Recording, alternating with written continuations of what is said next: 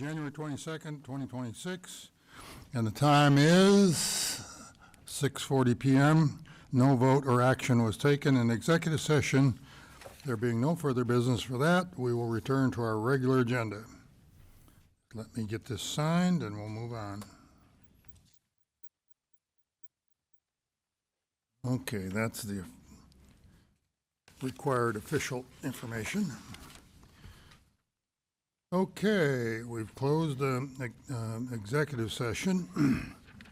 We'll reconvene now and apologize for being later than we had planned on, but lots of exciting things going on in the City College Station, I can tell you. I can't tell you what they are because it was executive session, but certainly kept us busy. And but we're here and we're ready to proceed. So item 4 is the Pledge of Allegiance, followed by the invocation. The invocation tonight will be given by Rabbi Peter Tarlow. So after the pledges, if you'll remain standing, and Rabbi Tarlow will come forward and do the invocation.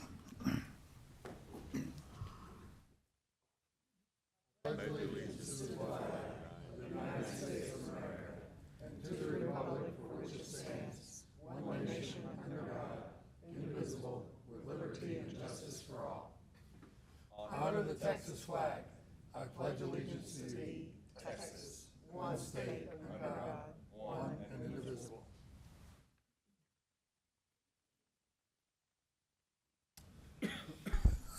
Rabbi Tarlow is also a global consultant on security issues, but he is a chaplain for the police department, and that's the reason he's here tonight.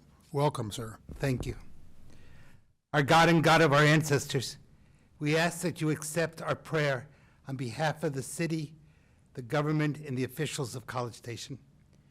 Now, in the depths of winter, allow the embers of friendship and good citizenship to warm our hearts. Connect us each to his or her fellow citizen, and bless the people of College Station, their government, and all who work to make this city a place of caring and love. We humbly ask for your blessings upon the city, upon its inhabitants, upon its leaders, its judges, officers, and officials who faithfully devote themselves to the needs of this community. We also ask for your blessings over those who work to keep us healthy and safe. Help us to work to create a just and peaceful community where, in the words of the prophet Micah, "V'yeshvu ish tachet natvo v'tachet te'enato ve'ein machrid," that each person may live under his vine and fig tree, and none shall be afraid. May our city and all its inhabitants be blessed with prosperity, comradeship, and safety and peace. Amen. Amen. Thank you, sir.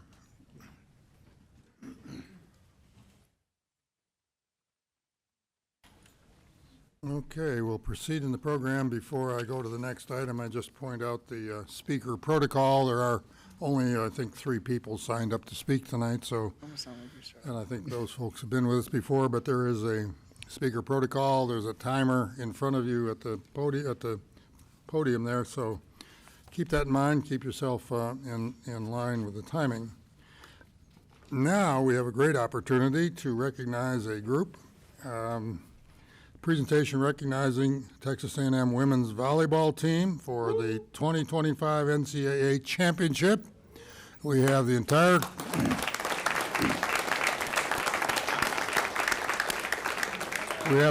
coaching staff, as I understand it, and several of the players, the seniors, if they'll come up in front. I'm going to join you down there, and we're going to read the proclamation from down there. Then we'll take some photographs.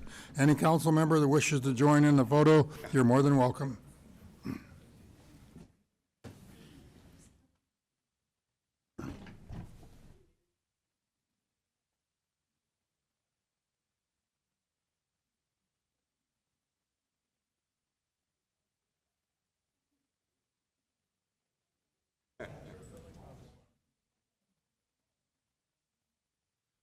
There's a number of national champions in this community. Not all of them get recognized, but this is a great week because we had an opportunity to recognize Aiden Ross as the Voice national champion earlier this week with a proclamation over at 12:07, but we're pleased to have all of you here, Coach. Congratulations to you. Thank you so much. Thank And I will read a proclamation in a minute, and then we'll do the photographs. Thank you for being here. Okay. Proclamation. Whereas the Texas A&M women's volleyball team won the first national championship title in the program's history on December 21, 2025, becoming only the 13th university in the country to win a national title in women's volleyball.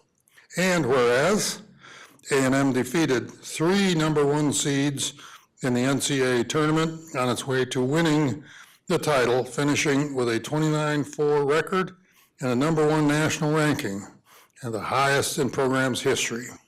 And whereas head coach Jamie Morrison was named National Coach of the Year, and players, well, I'm going to go through this now. Ifina Kosopaleka Opala, Logan Lidnecki.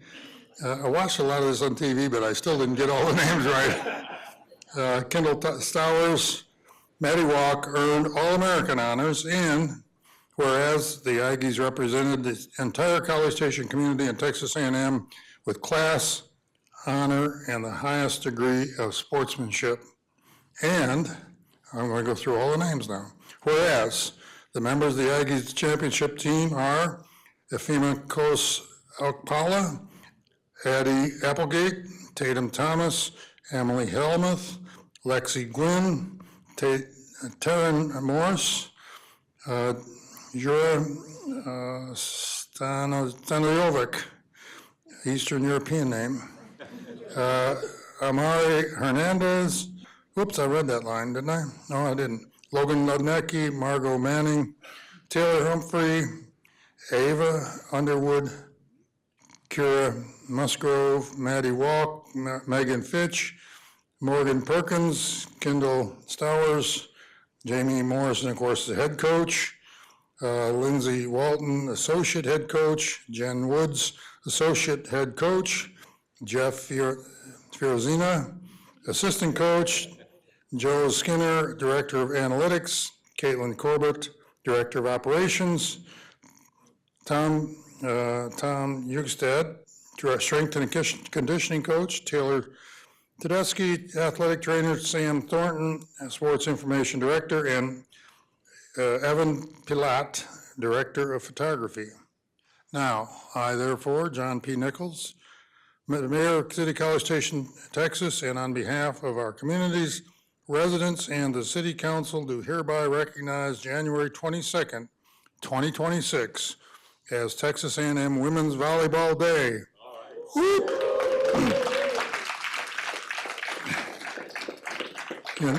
In testimony whereof, I have hereunto set my hand and caused to be affixed the seal of City College Station, Texas, this 22nd day of January 2026. So we're going to turn to a photograph opportunity for those council members who would like to join in with this. Please come forward, and we got quite a few fans in this crowd. And of course, you probably have more fans next year. I believe so. Let me get right between you, and we're going to center this under that there. Okay.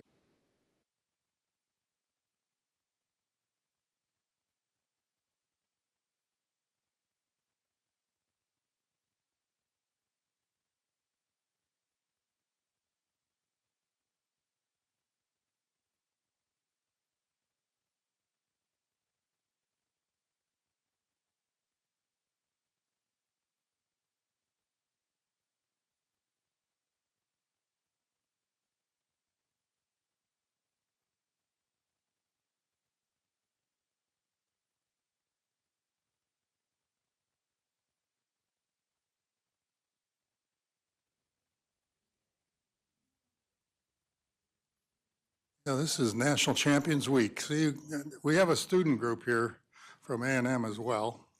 And this group that's sitting all together up here, they're here to understand and figure out how to do good media relations. So, Colin, maybe you can get an intern out of this group at some point. And they're learning how city council is supposed to operate. I'm not sure this is the best example, but it's an example. Welcome.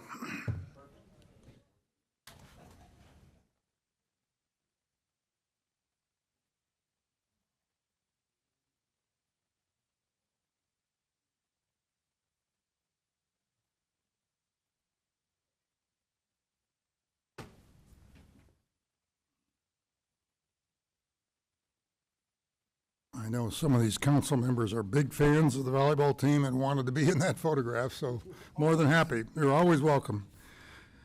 Okay, let me see. We've done 5.1. Hear visitors. We do not have anyone signed up for hear visitors tonight, so we will move to the consent agenda, which consists of some housekeeping items. And I think there's 5 of them today. The council will act on these, but if they're more ministerial in nature and don't require a lot of discussion, but any council member that wishes to pull an item off or get more information is welcome to do so. Item 7.1 through 7.5. Are there any of those that you want to ask further questions about? Mr. White? 7.4. 7.4, any others? Don't see any. Mr. Riviera here? IT, there he is. So while he's coming up, let me just read this.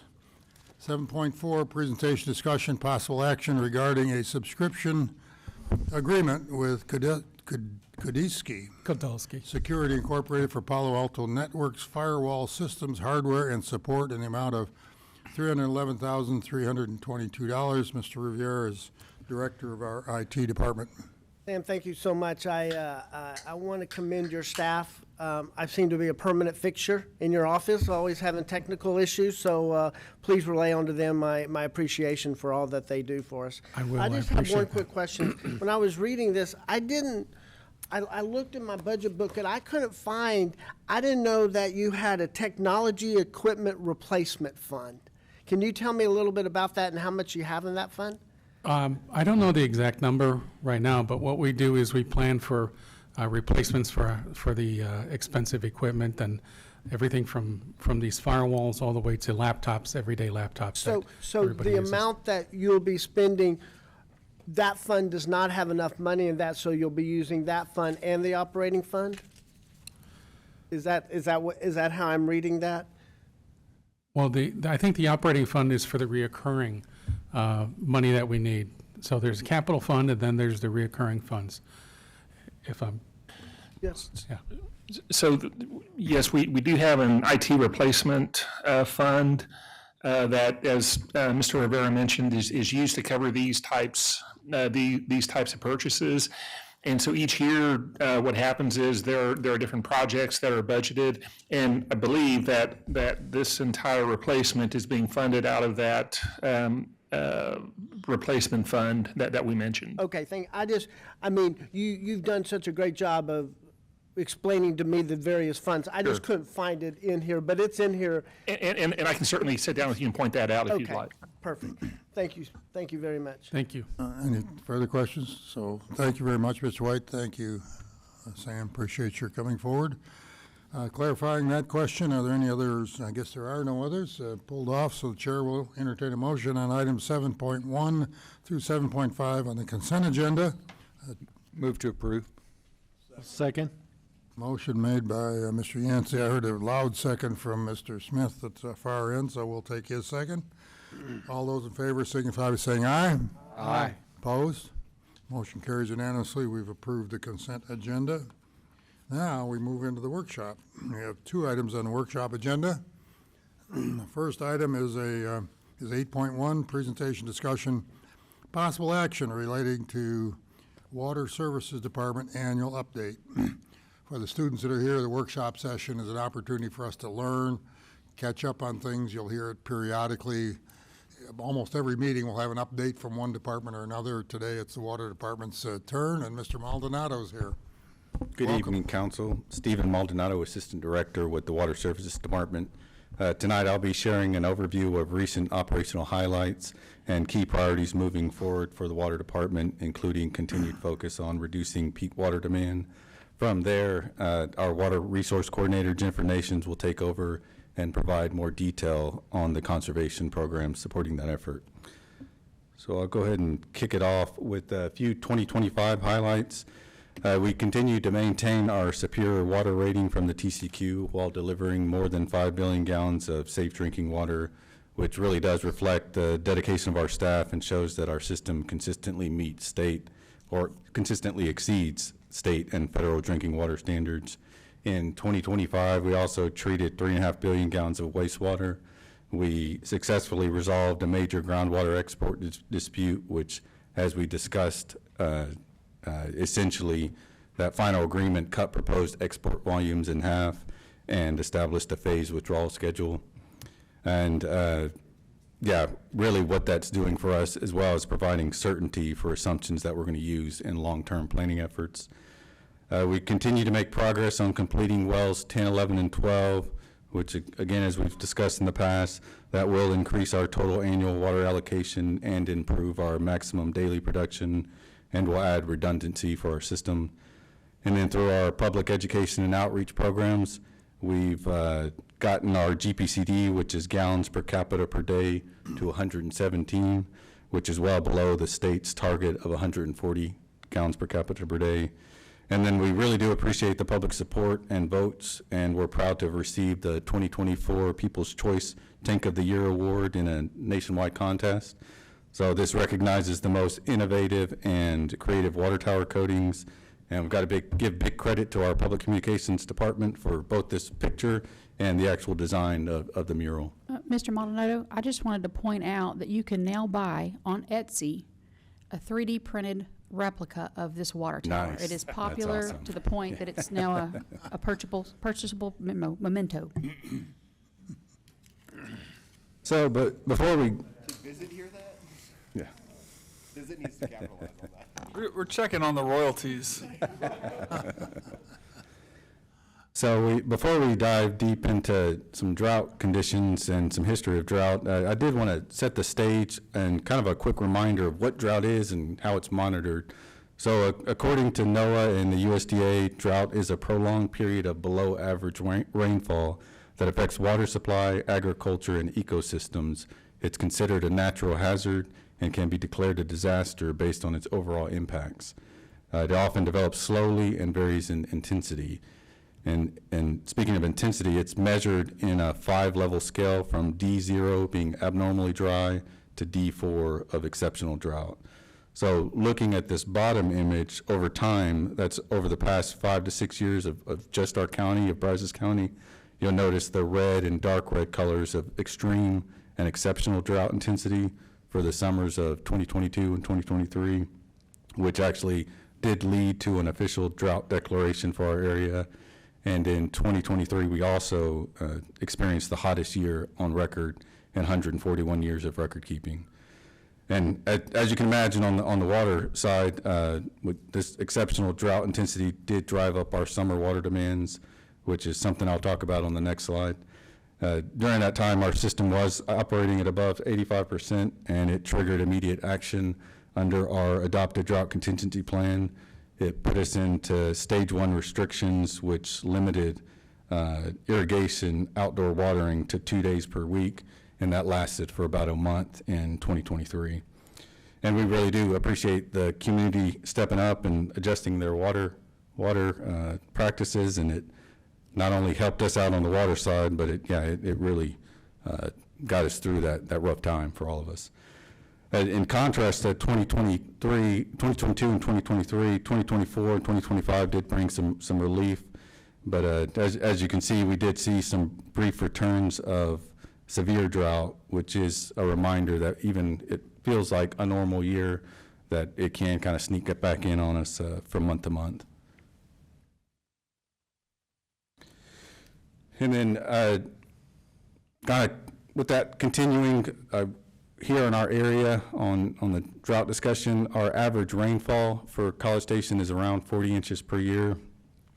When you look at how we did on rain the last 5 or 6 years, most years came in right at that mark or underneath it. So yeah, it's more, like I said, of the drought story. So shifting gears though to wastewater, you'll notice in that same period that, and by the way, these are monthly average daily flows, so we treat water at 2 large treatment plants. We collect that flow and treat it.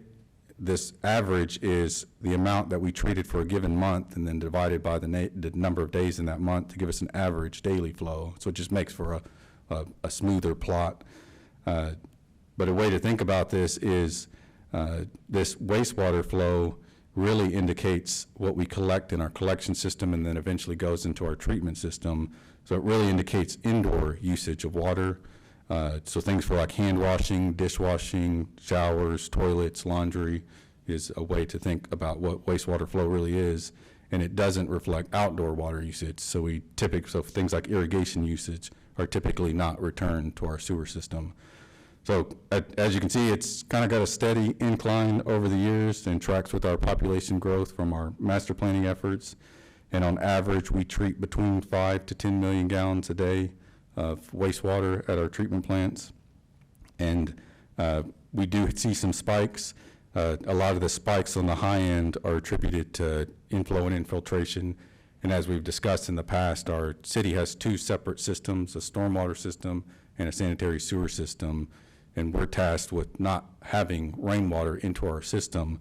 So with our different programs through preventive maintenance or capital improvement projects, we're actively looking to eliminate that inflow and infiltration. So the reason I'm bringing this up is let's compare that to average daily water demands, and here's what that looks like. So this now shows both indoor use and outdoor use. So as you can see, it significantly increases the total amount of water that we use as a community, especially in the summer months, and it can exceed wastewater by more than 3 times. So an example of that was in 2022, we treated around 8 million gallons at our treatment plants, and then we pumped out of our pump stations around 24 million gallons. And then, as mentioned earlier, these are average daily that are derived based off the total amount and then divided by the number of days in that month. If you were to consider the variations that we see from an actual day, the amount of water that we actually produce, this is what that plot would look like. And as you can see, the variation can kind of be challenging on the operations end. And an example of that, of a true variation that we saw, was in 2021 of February during Winter Storm Uri.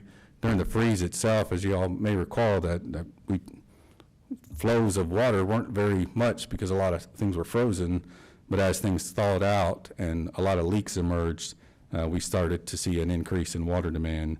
So we were pumping around 21, 22 million gallons a day in a February, which is unheard of for our system, so we had to make sure we were for sure prepared for that. And then also in August of 2023, we experienced our all-time peak day for water demand, pumping over 27 million gallons a day. And primarily that was due to the exceptional drought that I mentioned. And both are strong examples that extreme water can really impact our water demands. As for key actions moving forward, we're continuing to expand and sustain our water supply. So we're doing that through the wells I mentioned, building new wells, and for the existing wells, we're enhancing those to better ensure reliability and improve performance, which is really about making sure that we can meet the demands that I mentioned here on the slide, but also for the future. We're also continuing to replace aging pipelines to reduce water loss from leaks and improve system reliability. On the wastewater side, we're continuing to upgrade key systems to keep pace with population growth, really in the name of compliance and protecting the environment. Alongside with those improvements, we're working on several big picture planning efforts. One of those is the regional pumping and regulatory analysis. This was a contract that we brought forward where we're collaborating with engineers and hydrogeologists to better understand how increased regional pumping can affect our aquifer levels and how those levels being impacted may impact the timing or prioritization of some of the projects that we've got planned. We're also actively partnering with the planning department to update the 5-year comprehensive plan and the water and wastewater master plans, really to make sure that our infrastructure aligns with projected population growth and the land use that we're planning for the city. And then we're planning to bring forward a request in 2027 for a strategic water supply plan, where the intent of that is to identify alternative water supplies or strategies for alternative water supplies to address any unmet water need once we go through the population estimates and all the demand forecasting with the master plan, we'll have a really good understanding of what unmet water need we still might need. And then we're continuing to focus on reducing peak water demand, all back to that demand chart, where a key part of this effort is promoting water conservation and public education, really to help customers understand how and when they use water and show how some small changes can lead to more efficient and responsible usage. And just a bit of context on that, that's not on the slide. Every 5 years, we work with the state of Texas, with regional partners, and update. The state of Texas has a water plan, which really lays out how the entire state plans to use water, and especially during drought conditions. And one key takeaway from the latest plan is that it lists water conservation as a #1 strategy for addressing unmet water needs across the state. And it mentions that water conservation can help stretch existing supplies, manage drought impacts, and support future growth, often without the need for major new infrastructure investments. And then another key strategy that we're actively working on is improving our current rebate programs, such as the irrigation rebate program launched in 2025. This is a program that offers incentives for College Station water customers to upgrade their irrigation systems to increase efficiency. And in a moment, Jennifer will walk you through exactly how that works and who qualifies and how to participate. And then we're also continuing to explore technologies such as AMI, really as a tool for our community. And an example of AMI for a future technology would allow for customers to detect and receive alerts for things like water leaks, or see their water use in real time, or track periods of high water consumption. And over time, we're finding that cities are finding positive results from decreasing their water demands. And then thanks to technologies like that, we can really help customers just stay connected to their data, to their water use, to address leaks and adjust any behavior kind of in a more timely manner. What is AMI? It's Advanced Metering Infrastructure. So it's similar to what the electric department did years ago, where you can log on and kind of see exactly how much usage you've had. Right now, we have meters that you have to go out into the field and actually read them.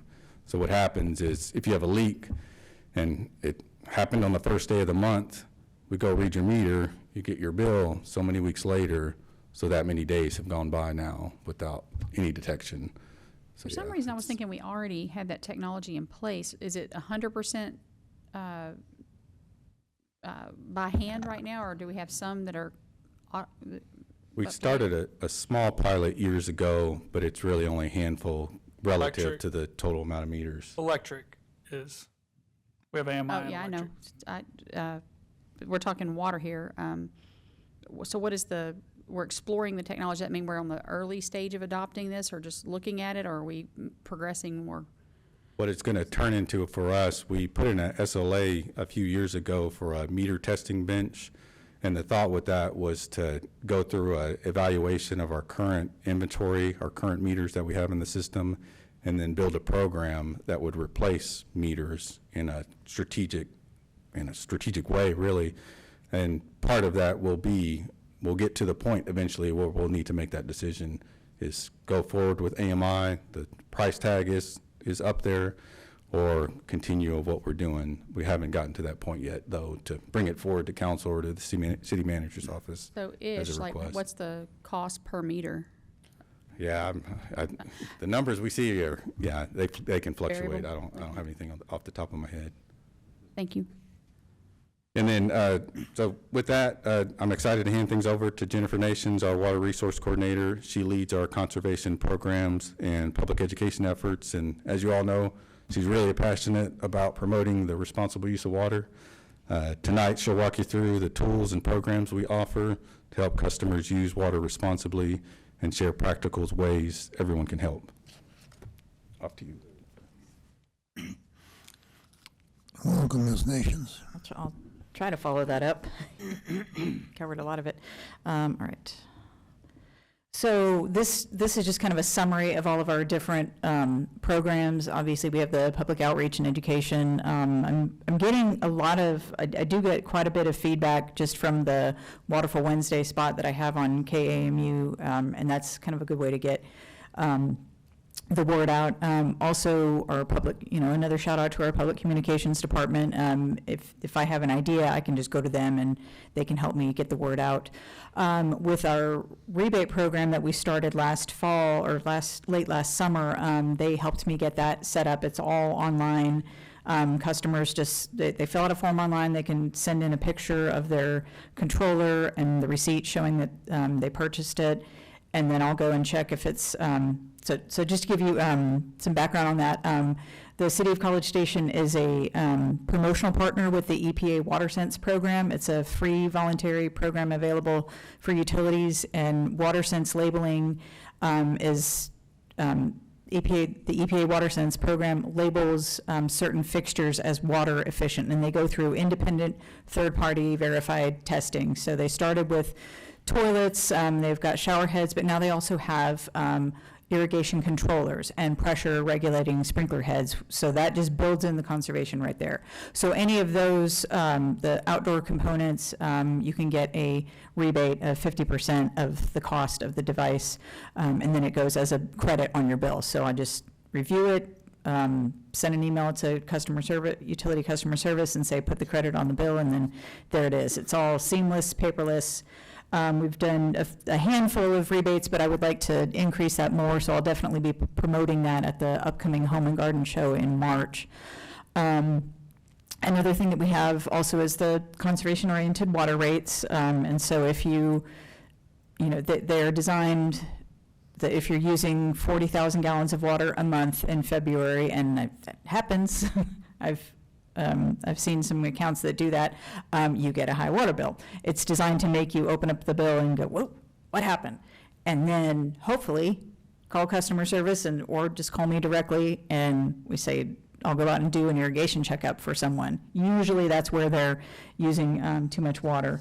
Sometimes people will say, well, I only take a shower every other day, or we only run the dishwasher a couple of days a week. The thing to remember is average single-family household water use is about 7,000 gallons a month, averaged across the city. But a single irrigation cycle can use between 4,000 and 8,000 gallons one time. Like 7,000 gallons in a month, 4,000 gallons in like an hour, or however long it takes to go through your cycle. So it's kind of like, and if you think about a shower head as 2.5 gallons per minute, it's kind of like running 6 shower heads all at the same time. So I really try to get people to think about how much their system uses. Another program that we have is the Brazos Valley Water Smart Network. That's been going for over 10 years now. It started as a partnership between the City of College Station and the Bryan College Station, Wixon Water, Groundwater Conservation District, and then at the time it was with Texas A&M with their Texas Engineering Experiment Station, TEAS.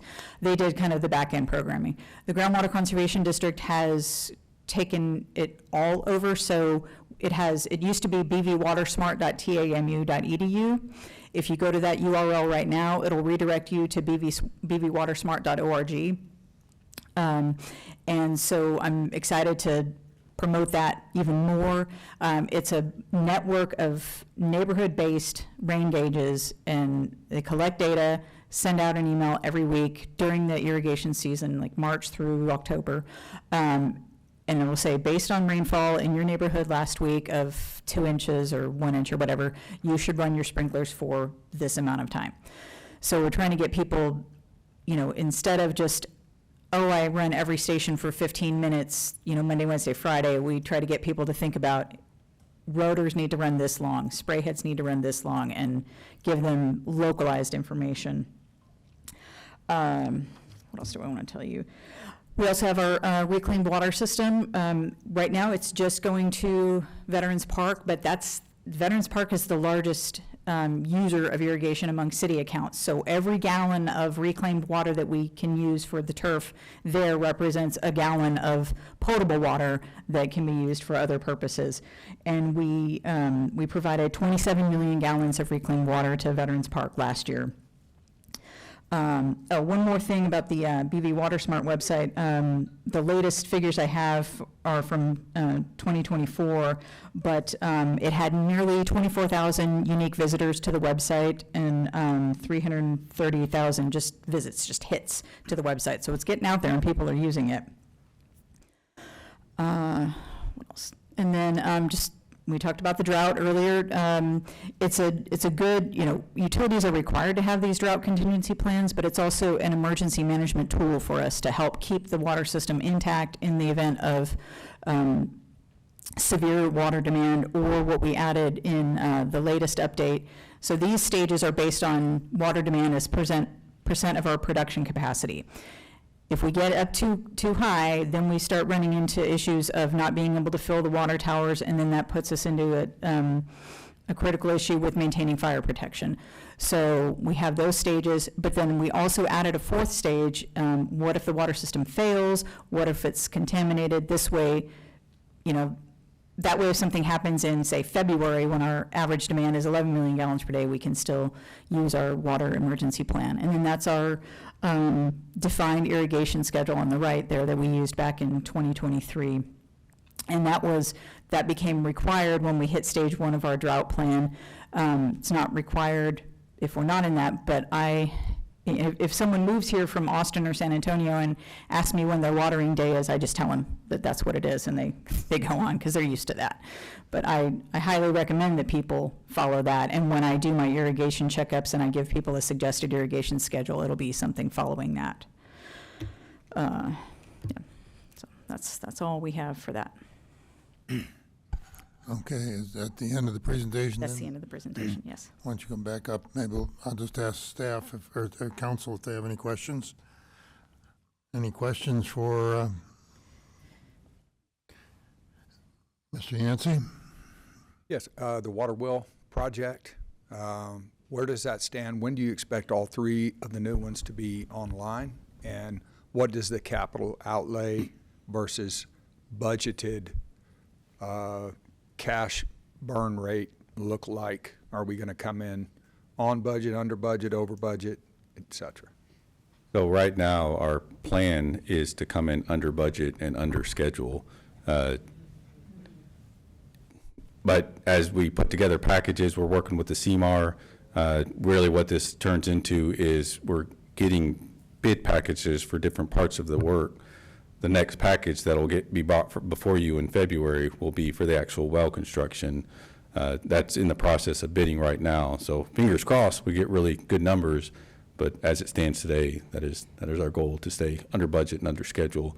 The schedule as it stands is we have a 3-year permit from the Brazos Valley Groundwater Conservation District that expires this year with the option to renew twice. So we'll have a 5-year permit duration. We plan to beat that by a year, so we're hoping to have the wells in the ground the end of this year. Great deal. And one question for Jennifer, please. There was one more. There we go. That's the slide that I forgot about. Howdy, Miss Nations. What, for the folks watching at home, what are the things top of mind that you think are most important people can do to reduce their water consumption and obviously their bill? That is a great question. The number one thing, first of all, is to just read your bill every month, read your meter every month, know where your water meter is. Sometimes people don't have an idea of what is normal for them. So get an idea of what your normal usage is. Don't put your irrigation controller in automatic mode, like just, when we're in July, don't just set it and forget it. Go out there and look at it and change it, as needed. Sign up for Brazos Valley WaterSmart. If you have had a water bill that's over $100, if the line item charge on your bill is over $100, they should contact me for an irrigation checkup because they're probably using too much water. With our new billing system, you can now see the how much of your usage is in each tier. I don't remember if I have notes on that, of how many people we had. Oops, excuse me. Oh, yeah, most of our customers are still in the 0 to 10,000 gallon block, but we do still have a fair number of people who are in that higher tier. So definitely, if you find that you're in that higher tier, contact me for an irrigation checkup, and we can get you get that down. Wonderful. Thank you very much. Thank you, Mayor. Welcome. Mr. Schaefer? Jennifer, before you go down, before you sit down, I'm that's okay. so sorry. I don't actually have a question. I appreciate what Bob asked, and Okay. I wanted to ask that same thing. You've addressed it, but how long have you been doing this, in this position? A very, very Oh, long quite a time. long time, right? Yeah, I started when I was 12, is what I told you. That's what I thought. Well, I just wanted to say thank you because welcome. I know you've been doing it a long time, and I know the work you do is very helpful to the community, the Waterville Wednesdays, all the things that you do to educate us about it. And I really appreciate that you've stayed the course with us and that we still have you. And I want to say Thank thanks you. for the good work. I like to tell people that the cheapest water we'll ever have is the water we already have. It's not getting cheaper. We're not making any more of it. So let's just keep reusing some of it.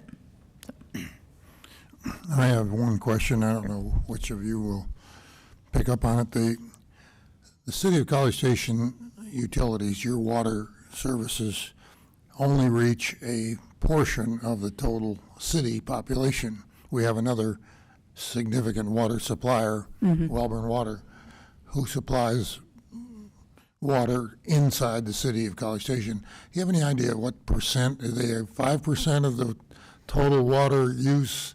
25%? I doubt that it's that large, but any idea what that, how much Wellborn Water System supplies to residents of the city of College Station?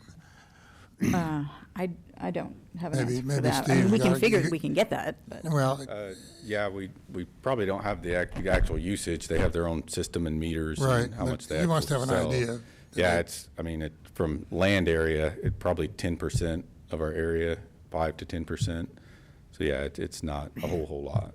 Yeah, anything west of Wellborn Road, kind of Creek Meadows, south of, call it Barron Road, Barron Cutoff. is Stephen, what's served by our, Wellborn. what's our current meter count? We've got around 35,000, 32,000 meters. Yeah, of College Station, in College Station. I think Wellborn is around 5,000 in the city limits. Inside the city. Yeah. Yeah. Our total inside the city. No, in the city limits. 5 out of 40,000, so that's 1/8. Okay, and just a quick summary then. What's our relationship with Wellborn Water in terms of coordination? And they obviously have some significant challenges as well. Right. I read their newsletters periodically. I don't Right. live in that zone, but Yeah. they are trying to communicate with their customers and in even more perhaps direct way, shall we say, about Yeah. you can't use any more water today, I'm sorry. Yeah, it's our understanding they're making headway on their new wells and a pipeline to transport water south to South College Station. And I think they're probably on the same timeline as we are because of the permit situation that we're all up against. We do have interconnects with them right now, and we do have available supply if they were to get in a bind for emergencies. And right now, our relationship is very good. Good, I'm glad to hear it. Any other, Ms. McElhaney, please. I just had a comment. Jennifer, you're a legend in this town. I know you're known as the water girl. I mean, we've got our fashion accessories on today. Water chick. The water chick, yeah. But there's something that you bring to the table, and I notice it's kind of across the board. We have people that are very, very passionate about what they do, and that passion breeds at least interest, if nothing else, in the general population. And I just want to thank you and the rest of our staff that doesn't hear that regularly. The passion you bring to your job, it makes a difference. I know I've gotten one of Jennifer's nasty grams, which she didn't talk about. If you're in the top, 1 or 2% of consumers for the month, we were filling our pool for the first time, and I got the call. But, I mean, just staying on top of people that you can help. You don't come at it from this is wrong. It's like, how can we do better? How can I help? And I really appreciate that. One thing I didn't mention you didn't talk about, but you've reported on earlier, but we have some different people here. The investment that you oversaw, that your department and City Council helped provide the funding for that new wastewater treatment plant expansion. We got a good tour of that. A fantastic facility with every possible technology I think that anybody ever dreamed up for treating the water and making it about as, well, certainly more pure than anything that runs in the stream where the outflow is. So I wanted to say congratulations to the department for spearheading that major investment, and I think that's something that the citizens don't think much about, but yet it is a first-class operation, and I really appreciate all the effort that the department has done on that. They don't think much about it until it's, until it's not. And the great thing about that facility too is that there are 2 dumpsters that we can open up the door and point people to when we're giving tours and say, look at all of this stuff that got This is stuff flushed that that should not have been you, flushed. that you put down the drain. Great teaching tool. Great, thank you very much. We appreciate the update and look forward to continuation of your good work. Item 8.2 is another item, second item on our workshop agenda, which is a presentation, discussion, possible action regarding an overview of the traffic congestion and mobility analysis study with Mr. Schubert, who is our transportation engineer for the city and transportation planner for the city, works in planning and development services, overseeing this contract. So bring us up to date. Thank you, Mayor, Council. Jason Schubert with Planning and Development Services. This traffic congestion and mobility study was analysis was done with the help of a consultant, and we worked in conjunction with the traffic engineering group and Public Works in working through it. You did receive a workshop on this previously, kind of at the beginning of the study, and working through it, so we wanted to come back to Council at the end to kind of show, give a summary of what was found. Before we get into the technical parts of the analysis, I wanted to first say what our citizens are saying regarding traffic congestion. So here on the left side of the screen is the citizen survey that was done last late spring, summer timeframe, and you'll see the image I have is one of the questions that we show of the 20 different services that were listed on there, and this is an image of the top 10 that resulted. The percentage of citizens that picked that service as one of their top 3 areas of interest or of importance to them. And as you see, as I pointed there, managing traffic congestion was 4th on the list of things. You got police, fire, maintaining streets, which is kind of related to that. So some of the core services of the city and what the residents expect. This is not a new kind of ranking. As a note here on the screen, the survey back in 2019, the managing traffic congestion was 2nd in importance and service priority, and in 2016 it was 3rd. So it's always been near the top of the list. For this project, we performed a survey that we had 926 responses, and there's about 10 questions that are on there. So I just have some of the items here to kind of present what citizens said related to this specifically. So we found that of the respondents, 86% drive alone, going as their primary means of transportation. And 79% strongly agreed or somewhat agreed that driving is really, they feel, is their only feasible option. When you look further into the data that we asked, we also asked, how far are you away from work or school? Like, how far do you have to travel? And the majority, only a quarter of the respondents were within 3 miles of their work or school. So it's a further destination, walking or riding bike becomes harder, as well as transit, as far as is there, but maybe not be what you need.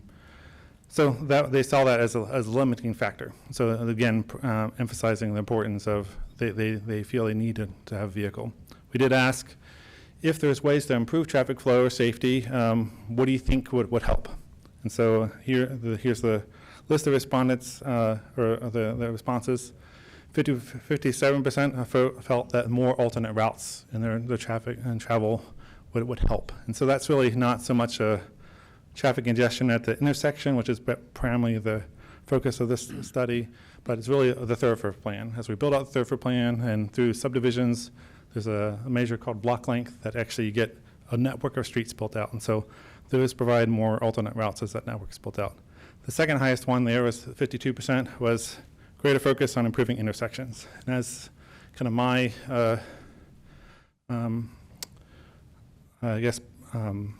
understanding of as the city grows, widening corridors with more and more lanes is harder and harder. And particularly when you think of some of the core arteries in our city, some we're not going to 6 lanes or 8 lanes on Texas Avenue. It's not a thing. So, so as the bottleneck in the system is actually the intersections, and that's kind of what we focus on this study, is looking at some of those. Other ones, enhancing signage and pavement, having destinations closer. If you actually are closer to something that maybe perhaps you can use an alternate mode or you wouldn't have to travel as far. We did leave an open-ended question. The last one there, 39% of the respondents did provide other ideas. We wanted to provide anything, so there's a whole host of things like fix Highway 6 or this intersection over here needs a signal, and so they were more targeted responses for that. So that's a kind of a little overview of some of the feedback we received from the citizens. For the study portion, technical analysis, there's 50 intersections that were studied. 25 were on TxDOT roadways and 25 on city streets. That wasn't intentionally set out that way. Obviously, the city doesn't own or control the TxDOT roadways, but if you ask citizens where the traffic is or where their issues are, a lot of those are on the major roadways. The other part of including TxDOT roadways is for funding through TxDOT or the MPO, doing this analysis kind of helps to see where things are at. And so it kind of gives them an opportunity to see, and we can provide, we've met with them and shared these results of the study to show the current state. We did not include intersections that were already under construction or in design for a project. So like as you look at this, Highway 6 is the big yellow gold line there. Nothing along the intersections along Highway 6 because there's a project for that. FM 2018 on the west side was under construction at the time. Didn't need to study that. It was already under construction. There's other projects, Harvey Road to the east, Wellborn Road to the south. We didn't include anything because there's future TxDOT projects that have started. Other ones on city streets, Greens Prairie, Rock Prairie on the east side, and Lincoln. Those are things that we didn't include because we were either under construction or in design on those. So this was the select intersections that we used. The standard for them, so we have a level of service D, and I'll go over that in a minute what that means. But we studied what the traffic was, current traffic, and then projecting forward to 2035, assuming that normal growth of the city, growth in traffic. And then for those that didn't perform to the level service D standard, the consultant identified potential mitigation that would resolve that issue and bring it back to that standard. So level service D, this is kind of like the report card of traffic flow, if you will, A through F. The descriptions are on the left side of what kind of goes with the kind of how you feel as far as what it's like.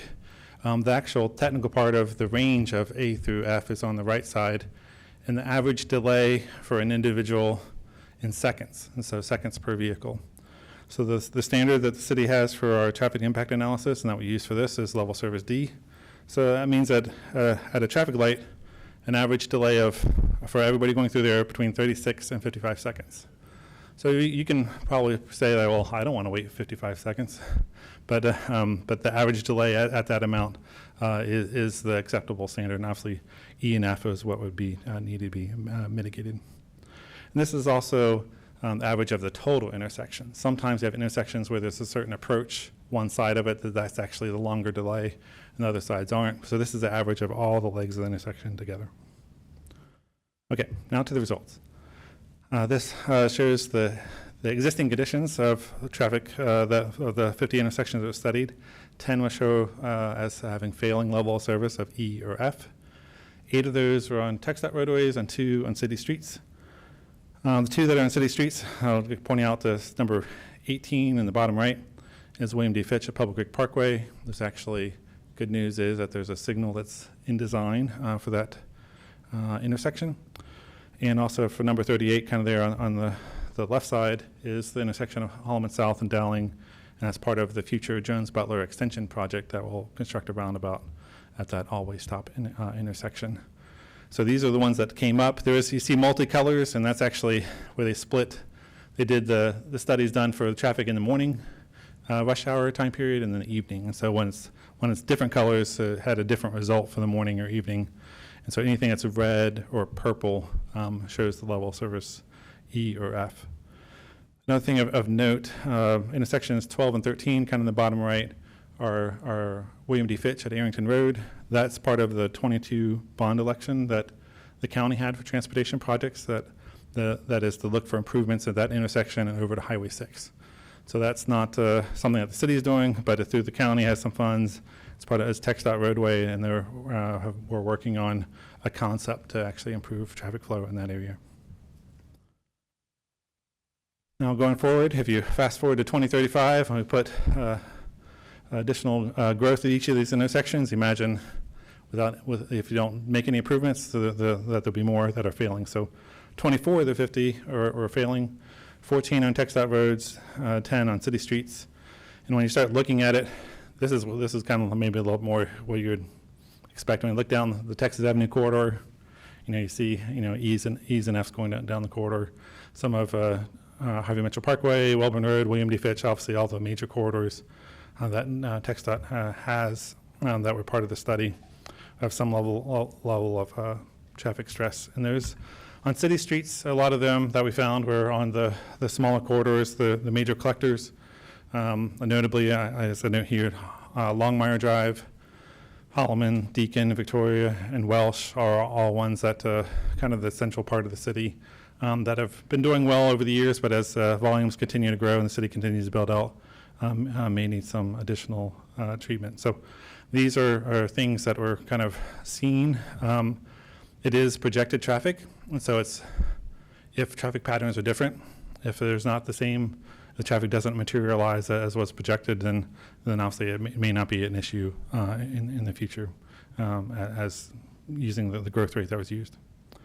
So what to do with this? What to do with the issues? The study identifies minor strategies, major strategies. The minor ones are things that are, I would say, well, easier to do, less cost. A lot of times, signal optimization is kind of cited lots of times by the citizens, and that is a tool.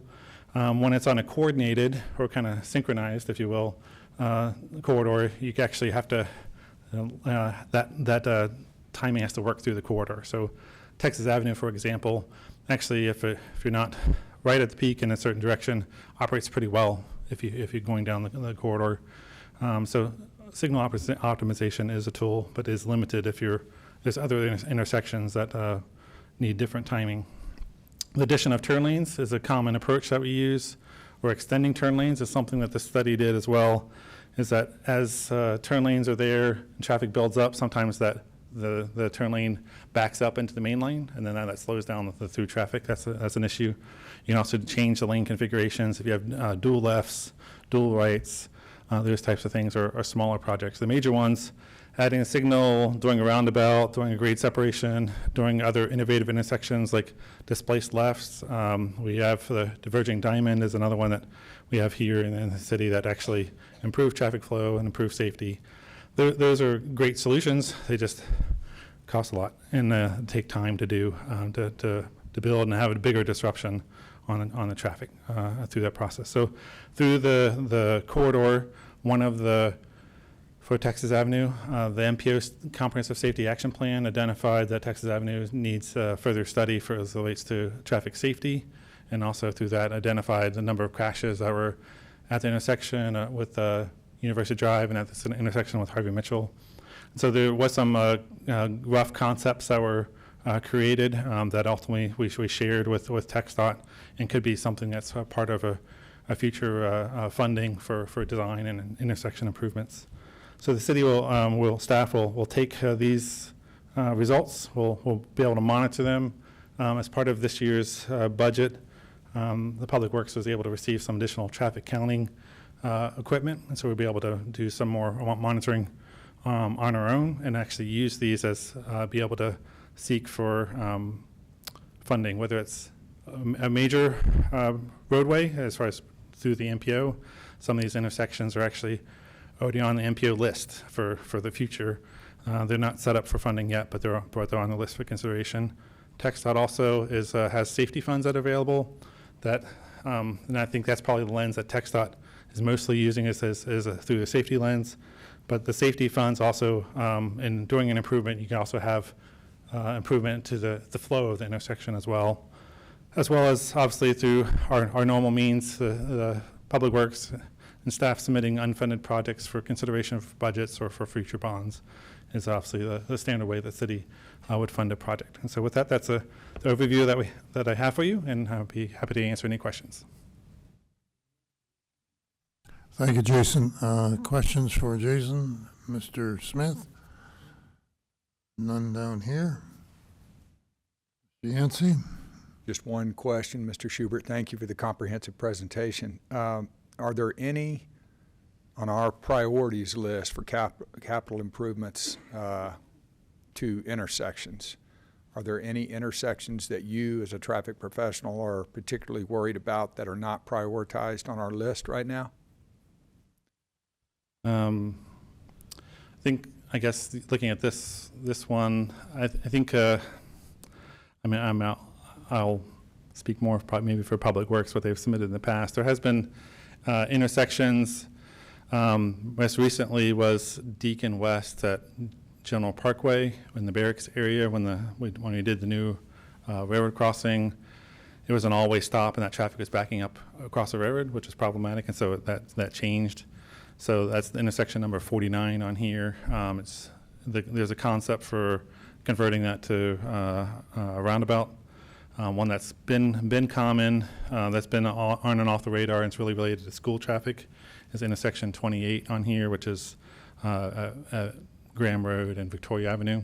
There's an all-way stop that also doesn't necessarily warrant a traffic signal, which is a bigger investment when it's really just the school peak hour periods is a problem.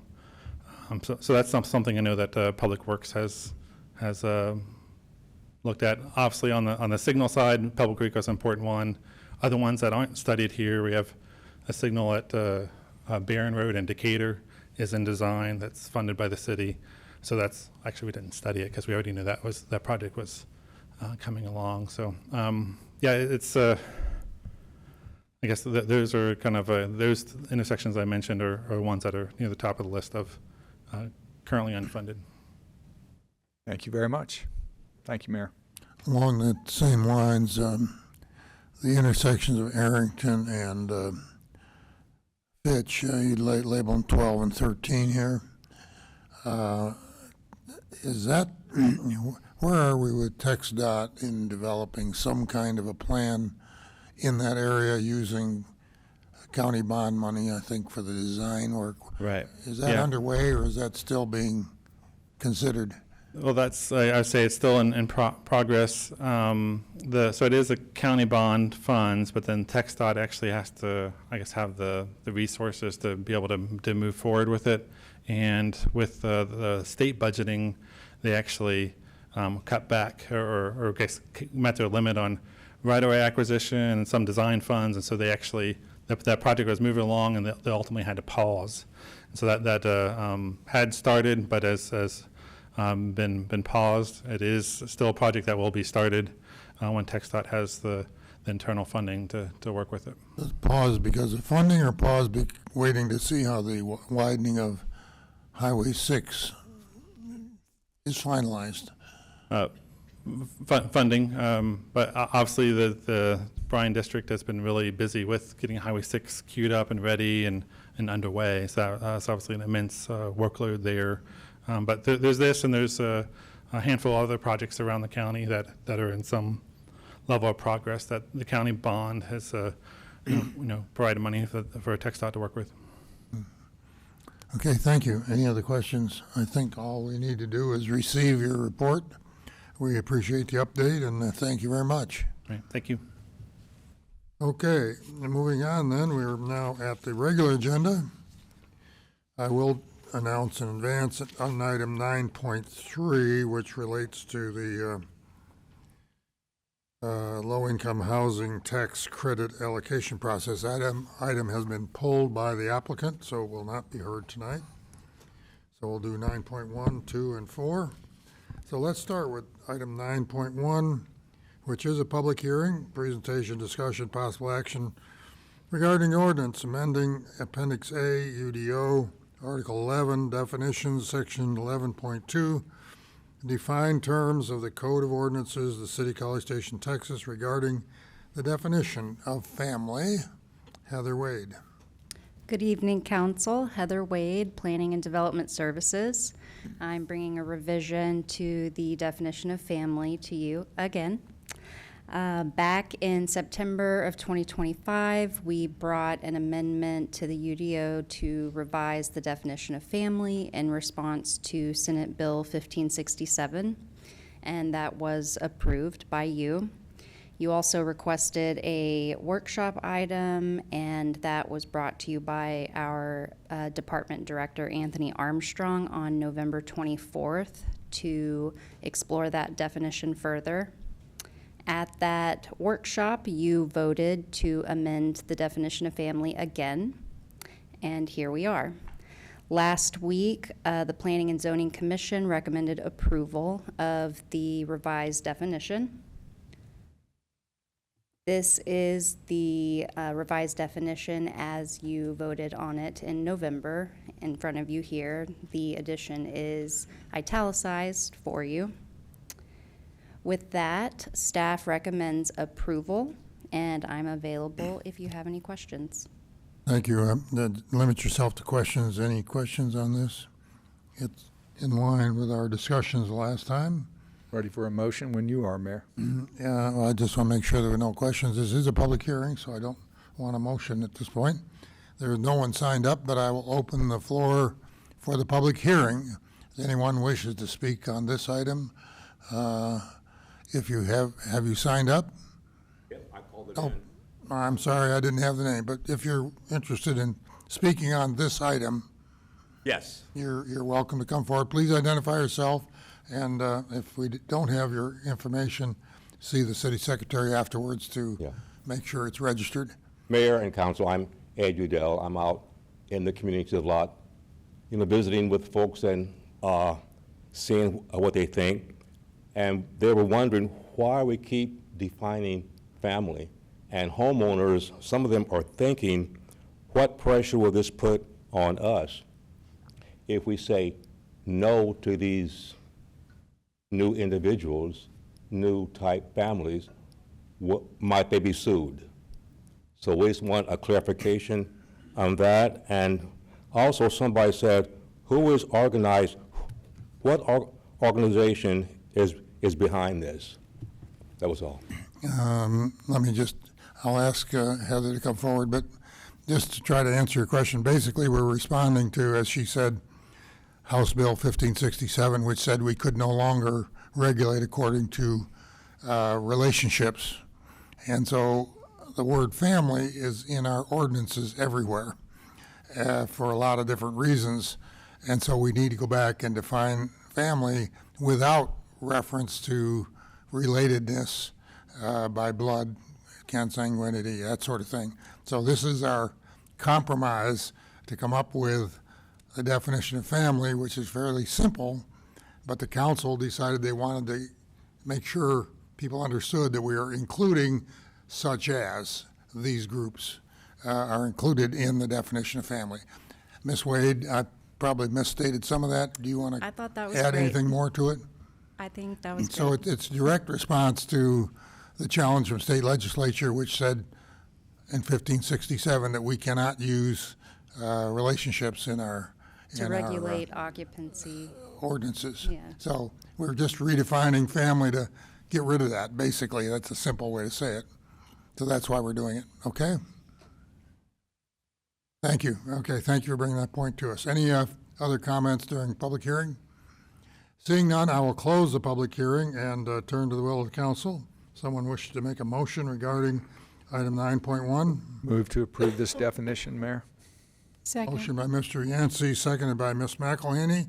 Any further discussion? It's been well discussed. All those in favor signify by saying aye. Aye. Opposed? Motion carries unanimously.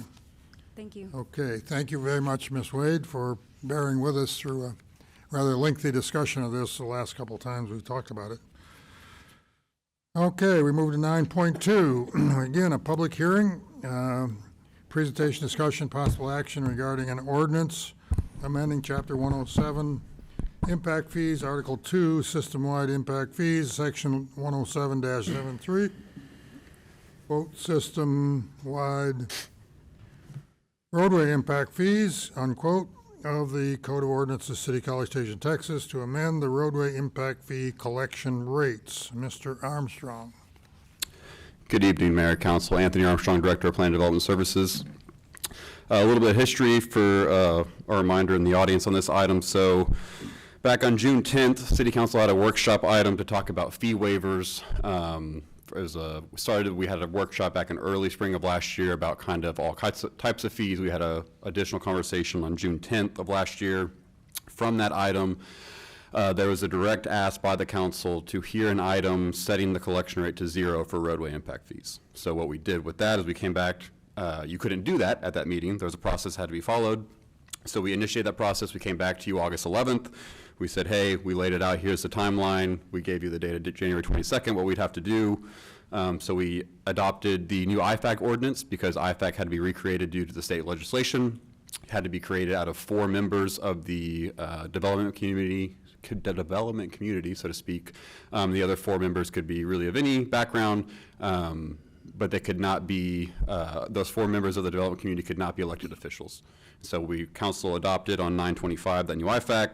We made those appointments, or council made those appointments on October 13th, and then set in a 60-day clock that we had to get started to get this item before IFAC and the council, and so that's where we're at tonight. IFAC did hear this item again, they are a recommendation body. I'll go over more of that meeting here in a little bit. They met on the 7th, so January 7th, IFAC met, and they voted 4-2, and we'll all kind of recap that a little bit more here in a second. We use this slide a lot, so I'm going to go over some information you've seen before and also what we showed to IFAC, or some of what we showed to IFAC. And so this is kind of, again, a reminder of what impact fees are for. So when we talk about impact fees, council knows, but again, this is, you take the total cost of what you might need as a capital project in the city. So I'm going to need a roadway in this case. I say, hey, I've got an existing use of 10,000 people. That's a part of that pill, if you will, in the bottom of the screen. I'm going to add 10,000 people over the course of this 10-year period. That's the blue part. And then if there's any additional demand, you actually don't get to credit that towards your calculation for impact fees. So you could build additional capacity. You could come back and find that with the next 10-year gap, so to speak, in the future. But again, the idea of impact fees was created by the state, and it's a funding mechanism basically at the end of the day. So ultimately, right, we have roadway projects. We'll go over those projects here in a little bit, but we have to pay for those projects in some way, shape, or form. That can be in road projects specifically, you're talking taxes, or you're talking some other mechanism. So we have to have money to do these projects, and not just roadway projects, right? Council met a couple weeks ago in a special meeting where you talked about other capital projects. You're buying for the same dollars at the end of the day, right? There was a list of over $300 million in that meeting, and a couple of those are roadways actually, but for the large part, you're talking about other projects that are vying for these same tax dollars that these roadway projects are vying for as well. And so what this is our benchmarking. So this was benchmarked with other cities in Texas on what their impact fees are. When you look at the overall height really of the graph, or the bar there, that's what their max accessible rate is. So they got to their calculation. That's their max accessible rate. If they have the asterisks, so in this case Waco, when you do impact fee calculations, you come up with a total number, and you can say, hey, I'm going to adopt this total number or a collection rate based on that, which is why you see a difference in color there. So College Station, for instance, we have a max accessible rate of, let's say, 6,000. We're collecting 4,000. Those are numbers for reference, not for fact. They're close. But when you look at Waco, what they did, they found their total, and they adopted half of that.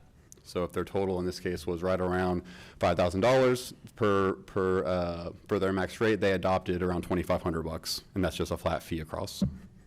So this again is just benchmarking for other communities, some of our similar benchmarks and just other cities in Texas for what you might see. So we're kind of middle of the pack, if you will, there if you take out the ones that don't have a roadway impact fee. We updated this since the last time you saw this chart. We showed this back early last year in the impact fee waiver discussions. This is a trend of our building permits. And so on the right-hand side, you can see broken out by single-family, townhouse, duplexes, and multifamily. Multifamily is the unit. So if I have a 4 or 5 bedroom multifamily complex, that is a 1 unit in that calculation over there. So you see the total units. Again, you're kind of seeing what our growth is our permits year over year. This is what we have CO'd. So this isn't just permitted. There's a handful really of permits that get issued every year, but they might not get constructed. This is how many permits were CO'd in that given year.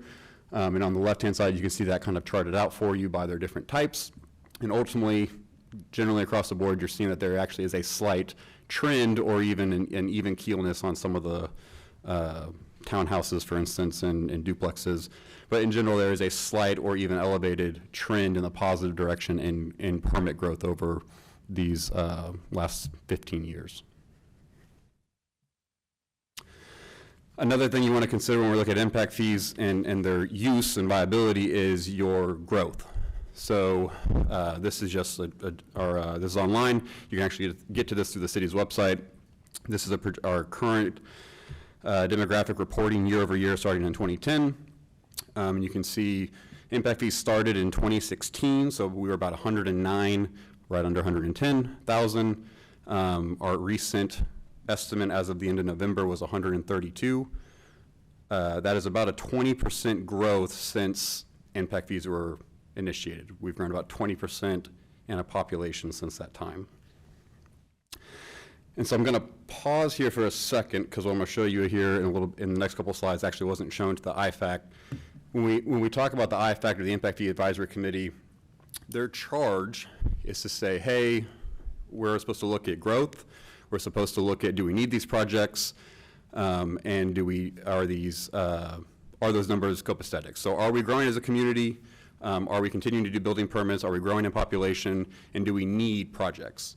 If the answer to all that is yes, there should be an obvious answer to the question on should you have an impact fee or not, is kind of their charge. Ultimately, at the end of the day, we relayed that. That body doesn't have criteria they have to vote by, so it's different to other bodies such as P&Z, ZBA. They have criteria that they have to make a recommendation on. This body does not. You have their comments, I think, at your place on kind of why they chose to vote in the way that they did. Ultimately, that body voted 4-2 to make the impact fee 0. Their comments range from various different backgrounds on kind of what they were looking for, but I think the general sentiment at the end of the day on their motion was they thought the money could be found somewhere else. And so that is certainly an option. That's a council and policy decision, so some of the information here in a bit will kind of be more in that policy direction for council to consider as ultimately you have the authority in those fees. So I showed a similar chart to this in June, I think when we talked about this last, and it was for 2024. So this is the 2025 update of those numbers. So this is not my data. This is just data from the Texas Realtors Association and in conjunction with Texas A&M and their research center. College stations on the left, you can see that compared to 24, the median price went up 0%. It went up 0% because last time I showed you this, it was $339,900. So $100, I guess they still say up 0%. Bryan, on the other side, we had showed this last time. They went up 1.4%. I want to say it was at 283 and some change last time. So it's gone up a little bit. You can also see in terms of sales, we continue to be, it is proportionally actually, the number of sales were about 44% bigger than the city of Bryan in population. Obviously that includes a large student base, but we had 43% more sales. So fairly similar there as far as increased sales over the course of 2025. This is new and existing homes, correct? This is all sales through MLS. So this actually does not take into account if there was a cash deal or something that didn't make MLS. This is data provided by the BCS MLS Association. down there in the bottom right. They send an email out every month, actually, with kind of they provide monthly data, they provide quarterly data, and then ultimately there's a yearly data that comes as well.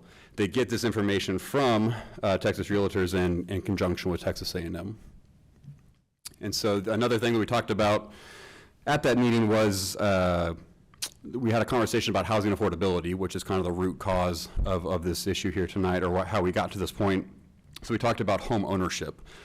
So there's the barrier to entry, buying the home. There's also the cost of ownership over the life of the home. We talked about utilities, we talked about some other things, but we also show the property taxes. And so compared to last year, when I brought this forward, for the same median price in College Station, you pay $3.50 less in your property taxes. That's because while the price stayed the same, our tax rate actually went down. And so our tax rate went down about 0.001-ish of a penny. But it went down slightly, so it saves a little bit of money. In the city of Bryan's, their tax rate stayed the exact same. Their median price went up, so they increased about $30 on what you would pay for a median home. So 50% of the people are paying around that value.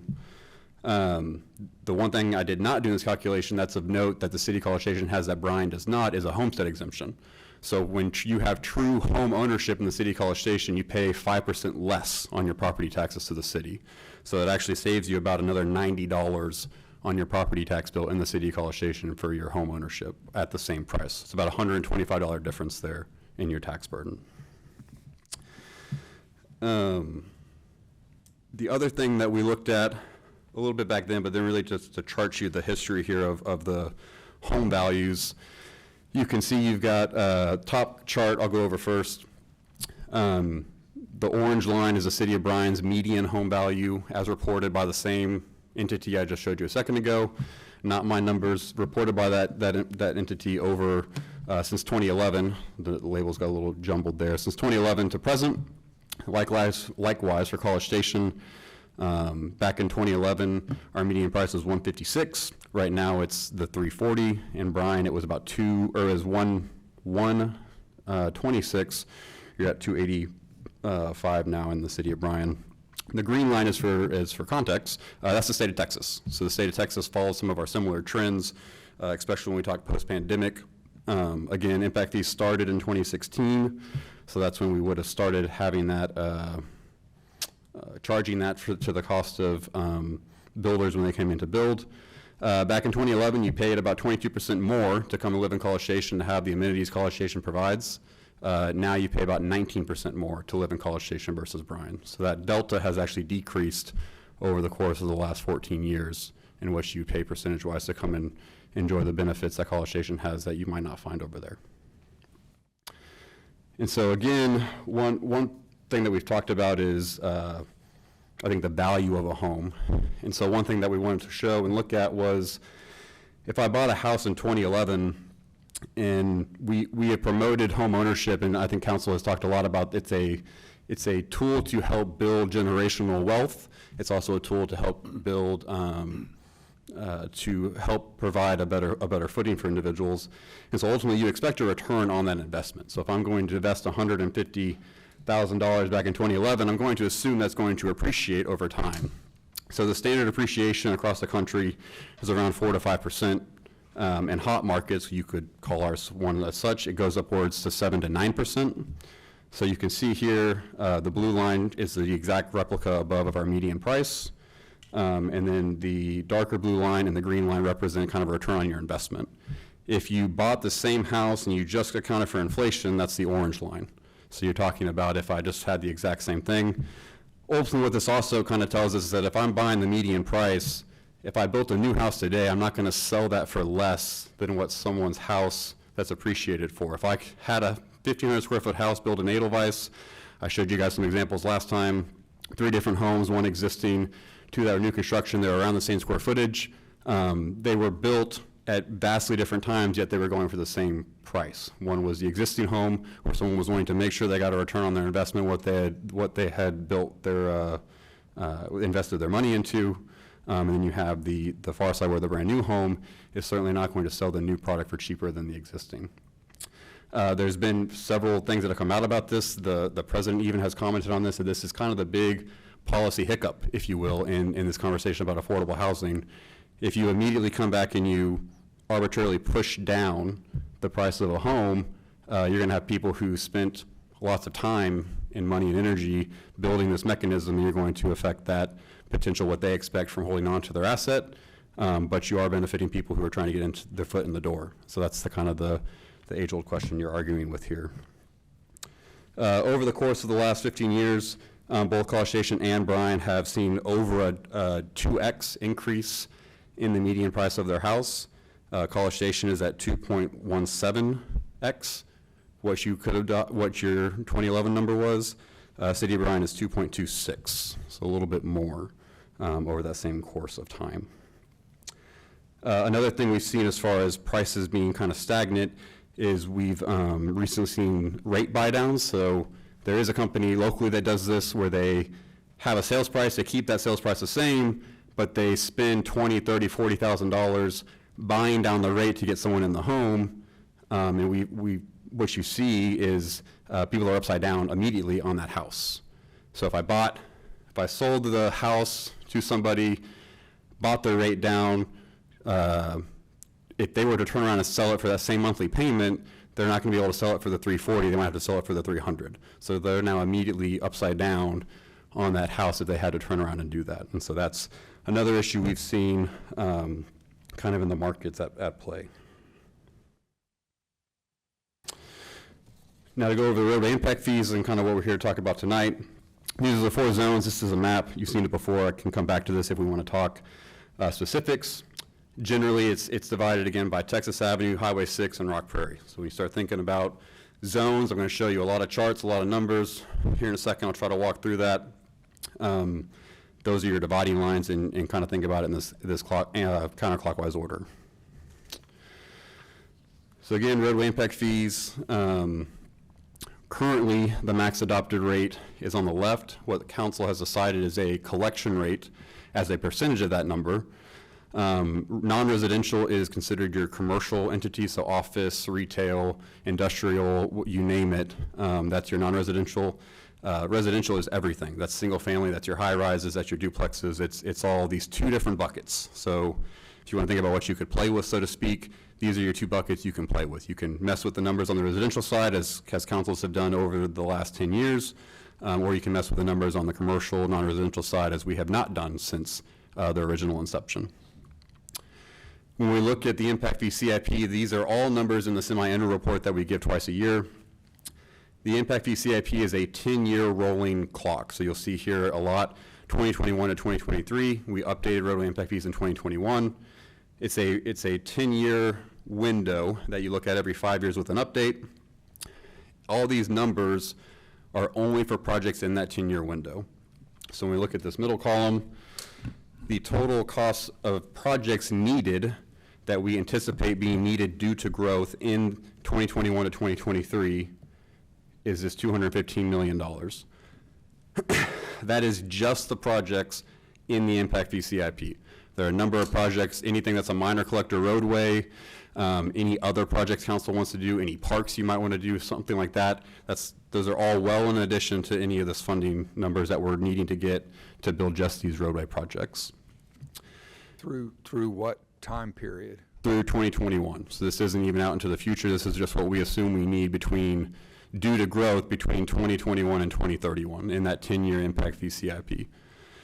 And so there's a calculation that's done. So thinking back to that pill I just showed you at the beginning of the slides, 112 is what, if we had collected at the max rate across the board, we can collect a little less than 50% due to growth that we could charge an impact fee. So the growth would pay roughly half of this need. So the way this is structured at its maximum is the base citizenry is already absorbing a portion of the cost to those capital improvements? Correct. The base citizen, regardless of growth, is already borrowing half, a little bit more than half. And then we have set our rate currently is less than what we're permitted to, so those. Correct. Our total collected rate on what we could get from growth is about 10% if we collected all of that at the recoverable rate. Or $2.3 million a year. Right. over this 10-year period, yeah. And again, this is the projections through the growth that we could get roughly $2.3 million. It ebbs and flows. Obviously, it's something like the high rises, right? They have no fear writing a check for the $1.3 million they're paying in impact fees. You're not hearing from them, you're hearing from the home builders. For reference, since 2016, we've had a little over 6,000 permits. Less than 3,000 have even paid a roadway impact fee. So since their inception, less than half of the permits that have been permitted since 2016 for residential single-family homes have even paid a fee. How is that? It's vesting, it's credits, it's rebuilds. A lot of it, again, they were phased in. So impact fees were phased in for the first couple of years. So you had well over 1,000 in the first couple of years. That would have been zero.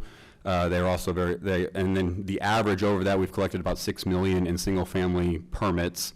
So you divide that out. On average, the average home has paid about $1,800 as a roadway impact fee if they've paid a fee at all.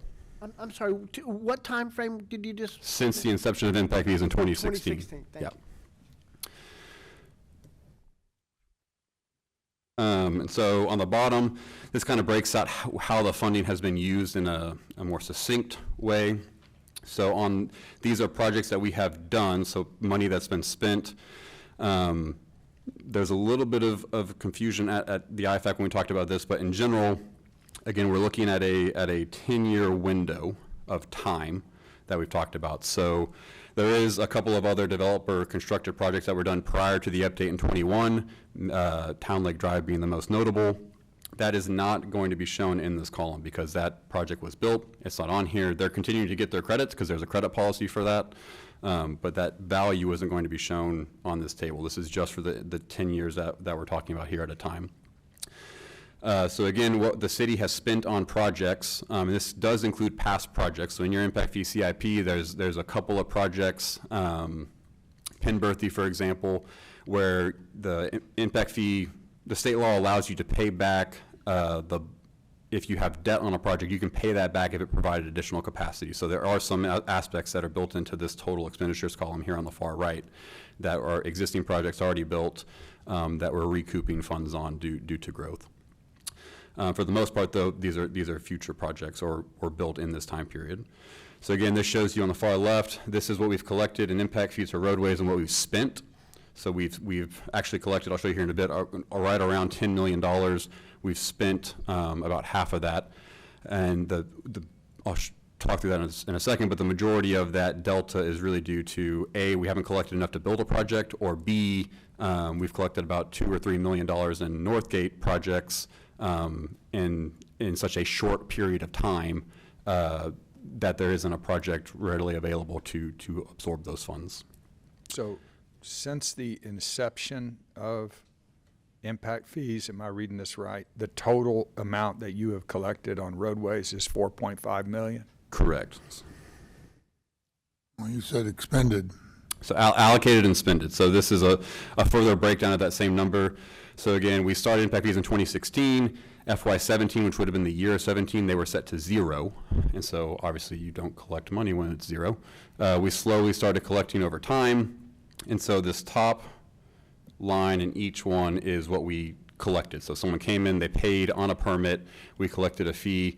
The fee has varied, and that's the previous slide I'll go back to in a second.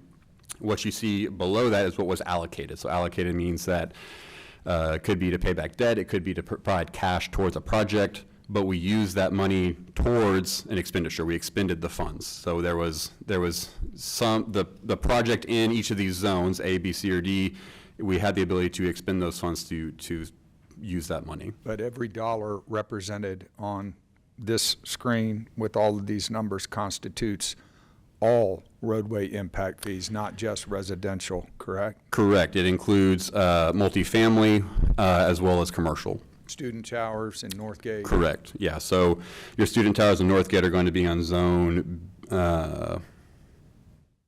B. And so you've seen the biggest influx here with these. These are 3 projects.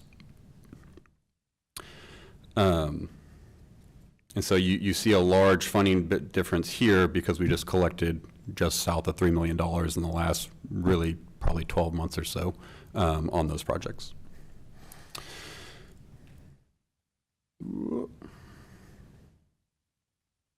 Okay, so going back, this is kind of the history, talked a little bit about it, and we can come back, it's a lot of numbers, you've seen this before, but again, as we've gone through the years, this is what the fee has been per service unit. So when we talk about, so back again, we adopted in 2016, there's a max accessible rate, we adopted a percentage of that. It was a phased-in approach at the time, so we started at 0, we then went to 50% of what we wanted the collection rate to be, and then we went to 100% of what the collection rate we wanted it to be, and we sat a couple of years here at these numbers. We then got to 2022, 2021, we did the increase. Part of that, council adopted the new max accessible rate, which is what you see in this column here. This is our new, what we've been going off of as our basis or our percentages since then. At that same time, council said, hey, increase it for residential by 10% across the board. So that's where you see these numbers come up. It's a 10% increase in what we were charging to this. So this number down to here was just a 10% flat increase. And then they said on top of that, we want you to increase it to certain percentage thresholds for each zone over time, or of the max over time. And so what that meant is that as we went through time, a couple of zones such as A, they capped out. Again, if our max we can assess is here, we're trying to increase across the board so that everything was even. The max we can even do there is $500. And so we capped out early. Same thing happened with, eventually with Zone B, and then you've got the other two zones that have substantially higher max accessible rates, and so we were able to get to the percentage that council had asked for at the time. Again, this whole time we haven't touched non-residential, so commercial rates have stayed the same since. This is a breakdown over what the most recent increase was for a single-family home. So this is specifically to a detached single-family home. The calculus for a townhouse is slightly different. A duplex or a multiplex, something like that would be a little bit different calculus. This is purely detached single-family home. This is what you paid on a permit at that time. So this number right here, we actually just started. So if you aren't part of a credit pool, if you came in today and you had to pay all impact fees, you would be paying, depending on your zone, these numbers in the far right column. We've been working our way up there over the last 4 years to those amounts. So this is what you currently would pay zone specific for a new permit. Again, this is the revenue and allocation over the course of, since again, the inception of roadway impact fees. IFAC had asked if we could break it down by projects that have been constructed. They wanted to see kind of what is it we've gotten based on these fees, so that we put this together. It's in the report, but we kind of made it maybe a little bit easier to read. And so this talks about how funds were allocated for these various projects in their zones. Another thing we had talked about is that, again, the study was done and finished in 21. I think we all know what happened in 2020 and so on, that prices increased substantially across the board. And so we actually have a couple and several instances where, and as we go forward, we've got what we assume the cost to be and what we actually end up spending at the end of the day being different numbers. And so we're actually further not quite making getting a true return there. Again, bottom here, there's a couple of developer credited projects. Zone D would be the Midtown area. Those dollars are for right-of-way for Midtown Drive, as well as when Harley-Davidson built their new facility, they provided some right-of-way for the future of Town Lake, which is actually a project I mentioned that it's an impact fee eligible project for about $20 million that council considered at that CIP kind of prioritization meeting that you talked about a few weeks ago. The right-of-way for that was dedicated kind of above and beyond, or dedicated by Harley, as well as some construction. That's part of this developer constructed here in that column.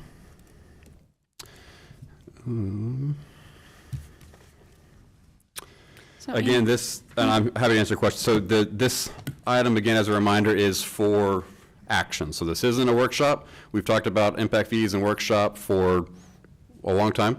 We've probably done it 3 or 4 times now. This was an item specifically requested by council to set it to 0. So what you're hearing tonight is an actionable item to set it to 0, and that's what your vote would or should reflect on how you vote. I'm happy to answer any questions. And there's a proposed amendment right at the end of this attachments, which is what we're voting, Correct. You're referencing that. correct. The item before you tonight is to set the roadway impact fee for non-residential and commercial to 0. And so you can make you have a rate right now, and you have what was Did you brought say and asked for. non-residential? Non-residential or, It's for everything. Okay, I Yeah, think it's across the board. your first mistake. It's a straight setting roadway impact fees to 0 across the board. You can play anywhere within there, so to speak. So as council discusses, you can set everything to 0. You can keep them as they are. You could make something in between. But your discussion tonight, you are taking an action. You're putting something to bed. Like was kind of, I think, actually Councilman Smith's comment was, let's hear this item and put it to bed. This is that opportunity. And with that, happy to answer any questions. Okay, there probably are questions of clarification. This is a public hearing item. I'll get to the public hearing in a minute. So if you want to ask questions for clarification, please do so now. And then, but regarding debate and discussion on a motion, that'll come after we hear from the public. So let me start at this end. Clarification question, Mr. Smith. A couple of questions. First one is, were all of the members of the IFAC present at the meeting? They were not. The 2 members that were missing were the chair, actually. Jason Cornelius was out of town, unable to make it, and Chandler Arden, who I think actually is here tonight to speak on Here Visitors, was unable to make it as well. Okay, thank you. And I think you already answered in your presentation, but housing cost of a new unit versus existing unit in a dollars per square foot, is it pretty much the same? So we had shown in a previous workshop the builder, what builders had given to the city as their cost to construct. It has certainly gone up. Again, costs for everything have gone up. But it is still, on average, it's about 130, 140 less than that median price. We were seeing anywhere in the around 200 is what we were seeing as a median, as a builder reported value back then. But that median price is the same whether it's a new unit or an existing unit? Right, and so yeah, obviously when you go back to when the home sold for 150K, it was, the price for construction was way less back then, but in natural inflation, et cetera. But what we see in the market is that the home that's from 2001 is selling as the same as the home that was built in 2026. Okay. Same square footage or equal square footage, and they're certainly 2 vastly different years of being built. They're selling for the same price. Okay, one more question. And then, did the IFAC receive the same presentation, the same information that you showed us? They received the exact same information except for the 2 slides here, because we actually didn't have this until about a week ago. It came out, I think, and then where I charted it out. Okay. Those are the only 2 differences. Everything else is the exact same. Thank you. Mr. Wright? Just a real quick clarification on one of your closing statements about the ranch, Harley Davidson. Were you saying that in lieu of paying their portion of the impact fees, they ceded their right-of-way? So there's what's called proportionality. When you come in and build your project, that was a larger subdivision they're part of. So they built that section of roadway you see out there. That's the future part of the half the boulevards. That'll be the long-term part of Town Lake. They built a section of that was above potentially what they needed to, and then they dedicated right-of-way all the way out to the edge of the property in line with the thoroughfare plan. That value is about, in here, that value is about $650,000.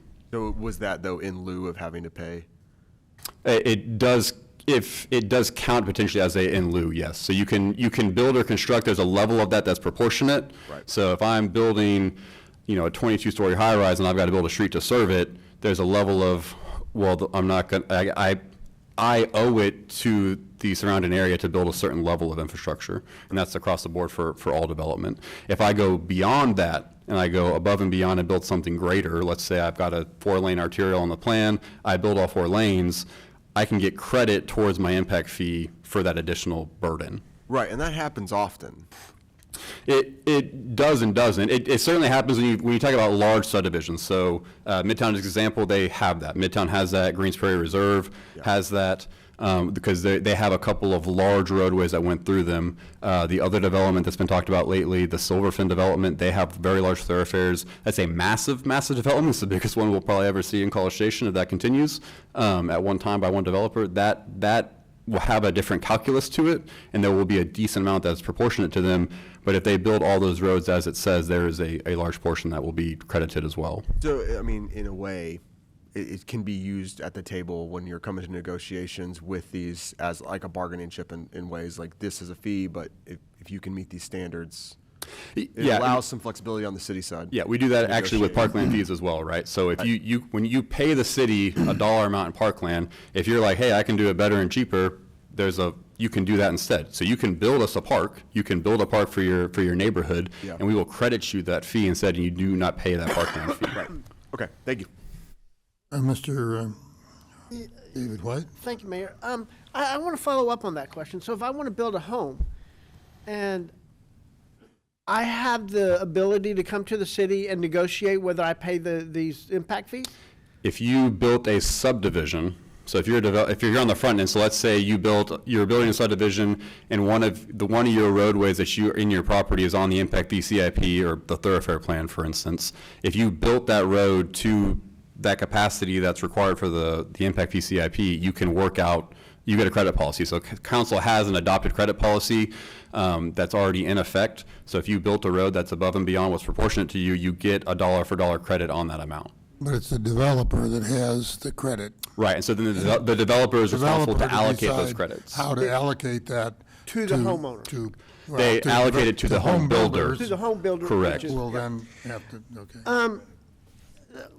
Several questions real quick. The recommendation to council was 4-2 for a 0 impact fees, is that correct? Correct. So From the IFAC. four voted to send a recommendation to us that we do 0 impact fees, and 2 decided to. We are in the third year, and correct me if I'm wrong, of a 4-year period where we've increased the impact fees. Is that correct? We're in the final year. We just finished the final increase to the amounts you see here on January 1. Okay, perfect. And so was that a 4-year period? 3. 3-year period. 3-year period, yeah. What was the total percentage of that 3-year period? Do you know, well, let me ask you this. What did it increase from 2025 to 2026? Total percentage of value? Of the increase? 120%. 120%? Yeah, so we started at 1,650, or really 1,500. And so depending on your zone, you're $300 more in zone A. If you're over here, you're approaching, from what it originally was in 2018, you're approaching 4X, a little less than 4X. Over here, you're about 3X over what it was before the update in 2021. It's the whole period, but over the year of 2025 to 26, you compare roughly $1,400 on 4,300, about 20%. Yeah, so originally we were collecting around 7-ish%, 7 to 11%, depending on your zone, is what we were collecting in each zone back in the original inception of impact fees.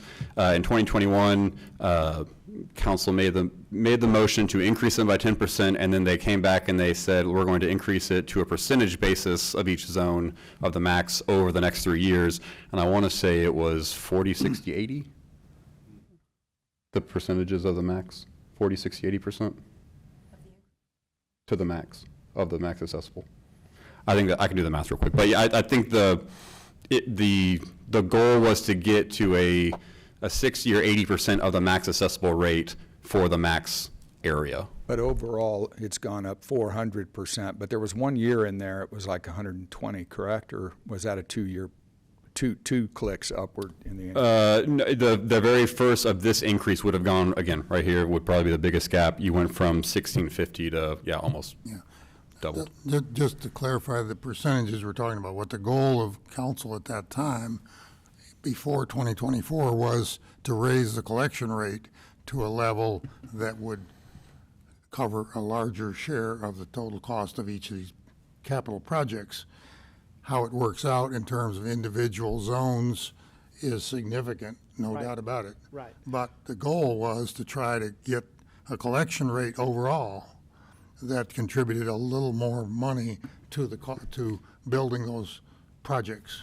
Gotcha. So I don't know if this maybe helps a little bit So more. that's a target, There's that's your a slide. percentage, That's it. that's what percentage we're looking for, and not go from maybe from whatever it was, up to, say, 20%. But we're trying to get to a higher percentage of the possible collection. We could have collected up to 50%, but we didn't. But we did want to raise it from whatever it was to a higher percentage to get a little larger share of the total cost of the projects to be covered by the impact fee as opposed to being covered by taxes. So that leads me to my next question, and I think you had a slide. If we adopt this recommendation, what would be the cost to the city in 2025? Well, I that mean, passed, what- I but mean- in the future, But you have a model here from this your recoverable cost for Yeah. 2020. So what does your model say for 2025 or 2026? Yeah, so- 2.3 million I dollars. said 2025. I meant 2026. Yeah, so to finish out this period, so let's say you made it 0 today, Right.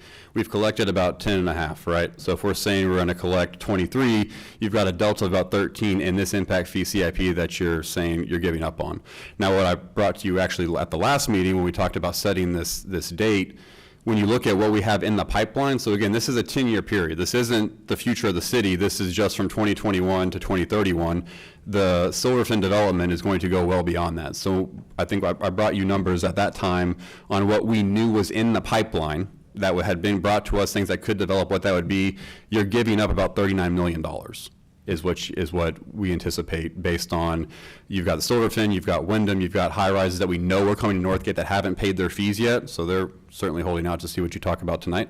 Over Again, how long, Anthony? So what? Over how long, that 39 million? That was just what we know is in the pipeline. So that's things that we know have some bearing, have some meat on their bones that they could actually happen in the city of College Station.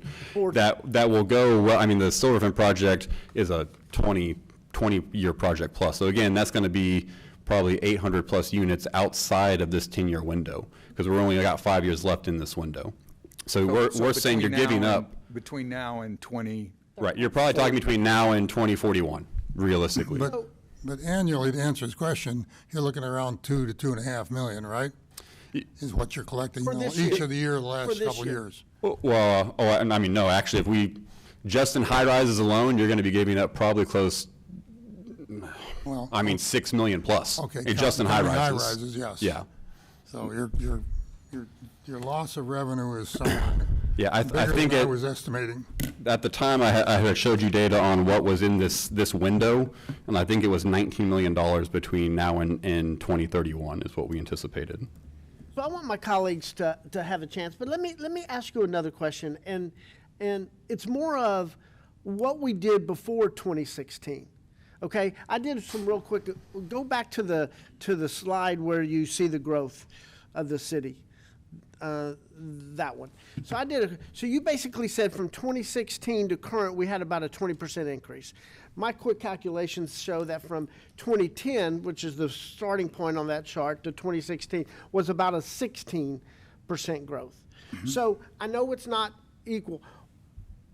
What did the city do from 2010 to 2016? We just paid for You raised all the that tax out of rate. taxes. Yeah, right? you raise the tax rate to pay it via, so again, when you talk about this delta of what's missing, if you wanted to pay the remainder of what we're going to collect over the next 5 years out of the tax rate, it's about a penny on your debt service rate.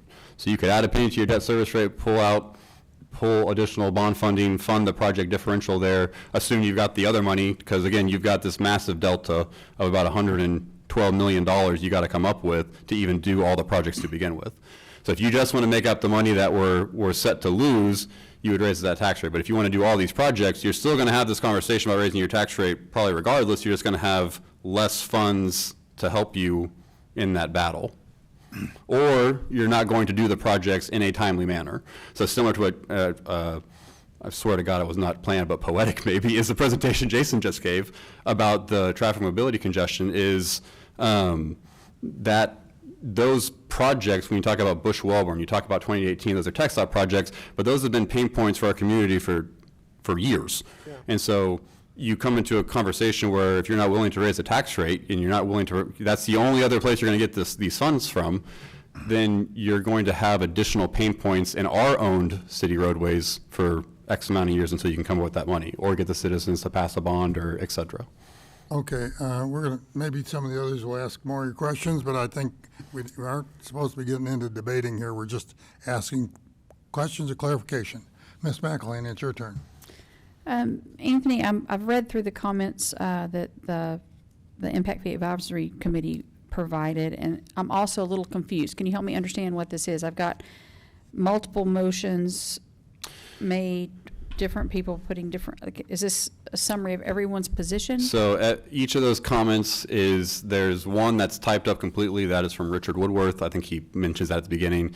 You've got a set of comments. The way that form was written, it was who made a motion, who made a second, and then they're basically, some of them you can tell who they are, some of them you can't. I could have to read them to maybe tell you, but I think Julie Schultz was one. She listed her name in those comments. There's a one that says, I made the motion. That was clearly Valen, because he's the one that made the motion. And that's also written down in there. I think one of them was blank, actually. And then the chairperson was the other person, or Chaluka, Marcus Chaluka from P&Z. He was a member who was the other dissenting vote. So these are all I can just take all these comments to be different comments that the committee made? Correct, yeah. Okay. So those 5 different or 6 different comment sets are from each individual member of the committee. Okay, so one of the questions that I have has to do with granted, some of the comments are contradictory to each other, but so that the Impact Fee Advisory Committee did not seem to believe that removing the roadway impact fee would impact the tax rate. Is that a theme that we heard during that discussion? Is that a misunderstanding? I think that comment was from Richard Woodworth, if I'm not mistaken, from the typed comments. So he basically asked the question. I think there was a couple members of the IFAC who made comments that they did not believe, they thought the city had the money. Their comments verbatim were that the city has the money to do these projects, they can build them. The question was asked to me on what it would mean if we didn't do these projects, similar to what I just told you is what I told them. It'd be about a penny on the debt rate to make up the difference if we set it to 0. And so again, when you start talking about the 215, we talked about that. That's several pennies on your debt service rate to make those happen. We did talk about that the alternative was the tax rate. So that was. I think I understand how that may have been presented that way. So as I was looking through the presentation and listening, it sounds like we have a decision point at whether we remove it for commercial or residential or both. Can we look at subsets within those individual, like residential? We've got single-family homes, townhomes, duplexes. How much of what level of discretion do we have? Yeah, so over in the item tonight, you have discretion between this column and that column, and that's it. Now, what you could do is, let's say you wanted to incentivize a certain product type. You wanted to incentivize a certain size of home, et cetera. And that's what we talked about at some of the workshop meetings. And what your Housing Action Plan Advisory Committee is kind of discussing is, how do you target that home? So similar to what the city of Bryan did, right? They provided a incentive to build 2,000 to 2,500 square foot homes. You didn't have to pay your building permit fees. They waived that. They did that through development agreements with individual builders that came forward to them. Council could do the same thing. So you could you could say, we want to come up with a development agreement method on, we want to waive impact fees or refund, or we'd have to look at how you word that. But you could credit them, you could incentivize in different ways how you get them to build a certain product type, and if you build that product type, you get X, and that can be certainly done in a similar fashion. So if I'm reading the slides right, in your comments, there's a significant portion that have not had to pay them due to earned credits the developers are passing on to builders. And when they are paid, it's approximately $1,800 per home at the high end. The average that has been paid across the board is that. Right now, if you subdivided tomorrow in whatever neighborhood that doesn't have a credit, you would pay, in roadway impact fees, you would pay $5,794. Okay, according to zone. Okay, gotcha. Okay, so that was an average over time. Correct. Okay, I've got a lot of notes here, but I think they'll more inform comments. One last question on the Impact Fee Advisory Committee. Were they pretty unified in their rationale as to why they're recommending it? Because as I'm reading them, the comments are interesting. No. You can go back and watch the meeting. I would say there was, there were two members that I would characterize as saying that they believe the city has the money, they have the funding, that they can figure it out in a different way. You have one member who is just against impact fees, another member who tried to maybe get them to vote in on what their charge is, if you will. He was unsuccessful. He ultimately does not agree with the policy decision of impact fees and made his vote accordingly. And you've got one member in his comments, I think wanted us to go and do the 5-year update and come back with the information there and then make a policy decision at that point. And then the other member who provided the extensive written comments is an economist, I can't ever say that word. And he has a strong belief that they're necessary as a funding mechanism to help with growth. Okay, thank you very much for the feedback. Okay, we're just asking questions. Mr. Yancey? Does this presentation have to be as complex as it is?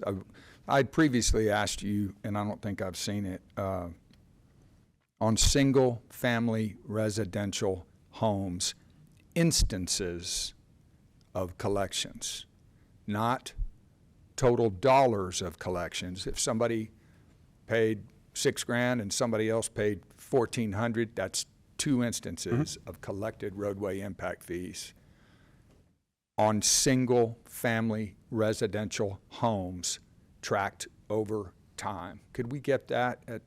We're not going to get it tonight. Yeah, I had the total number it's 2,934 out of 6,079 permits was the number. So that's the percent. That's single family? Correct. That's single family structures. So they pulled a residential permit with the city of College Station.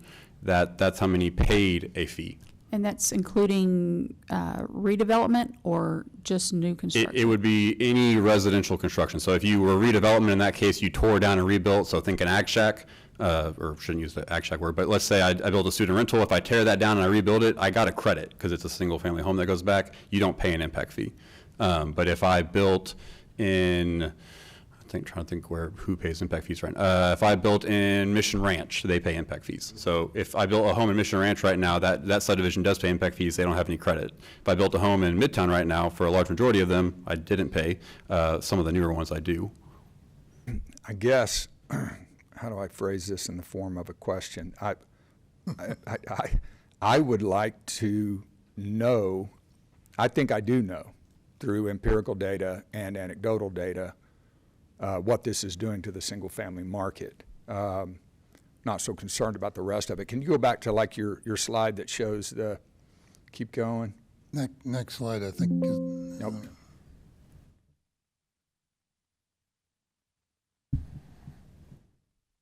Go forward.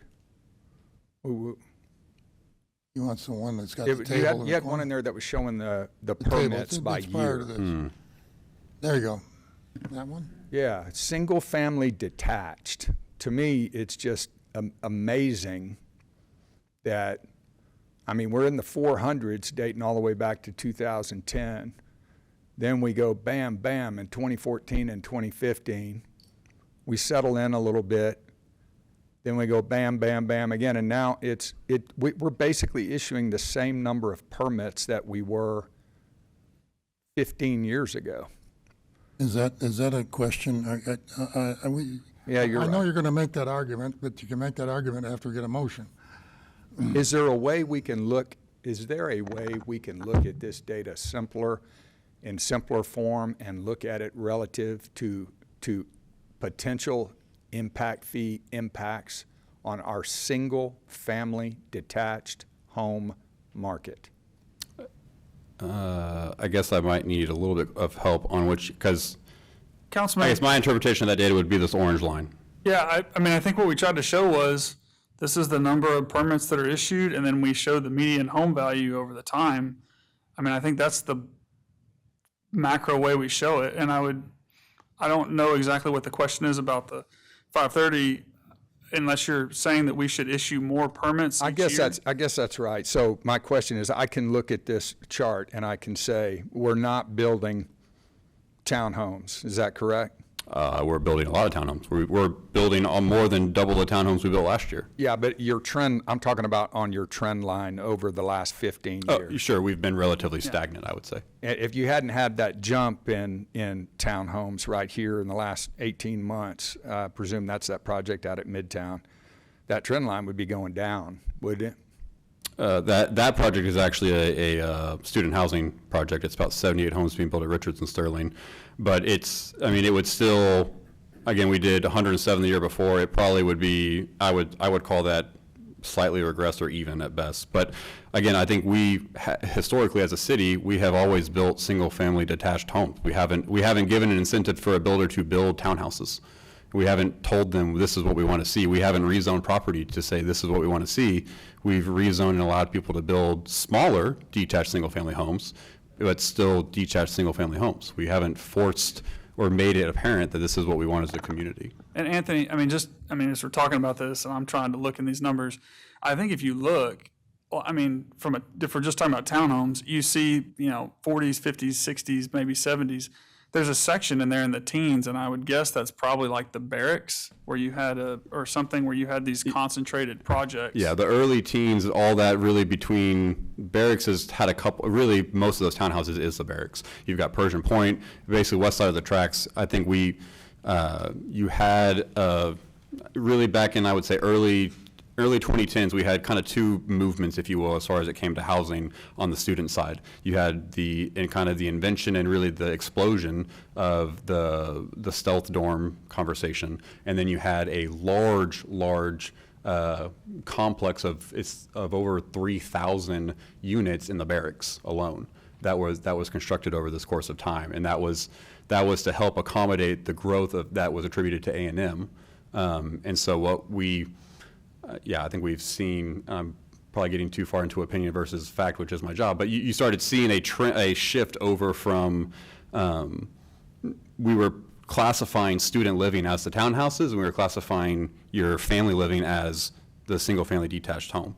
And we haven't, I think the rest of the nation has gotten to the point where a townhouse is a totally acceptable structure for a family, or you saw it, and you see it actually with Hunter Goodwin's development, Greens Prairie Reserve. He just rezoned a large section to allow for townhouse development for people to age in place. And they would like that type of product type, and his market said that was a viable product for him to start building. But that's really the first, I would say, of our kind that was really focused on a non-student oriented townhouse. You had the Stylecraft stuff, I think, that you mentioned in Midtown. That's only about 28 units total over there. Stuff on Holloman too, that new project. Yeah. The stuff on Holloman, actually, that's still actually geared towards students. It's done by the same people who did Estates on Holloman. That's a student rental investment basis company generally.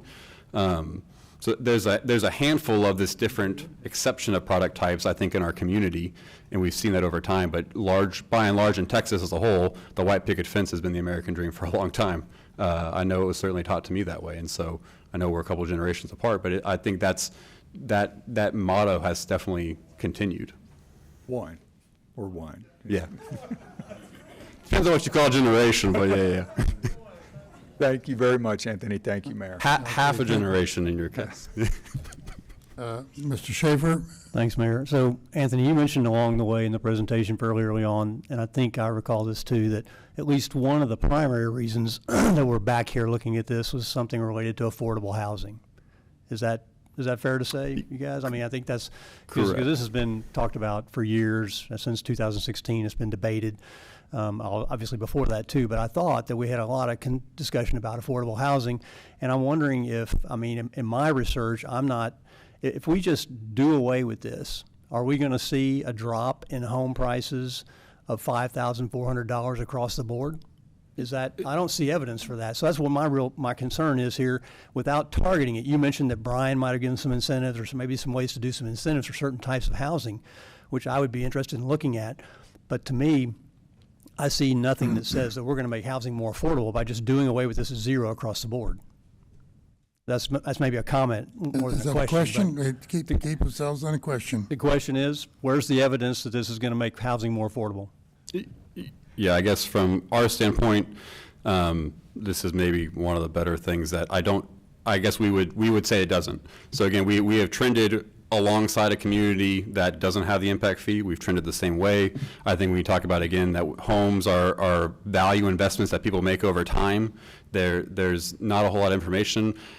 Anecdotally, we've got an issue where we need a refund of someone that accidentally paid an impact fee. They already sold a home. If I give them back that money that they paid, do you think they're going to pass it on to the buyer of the home? I'm not sure.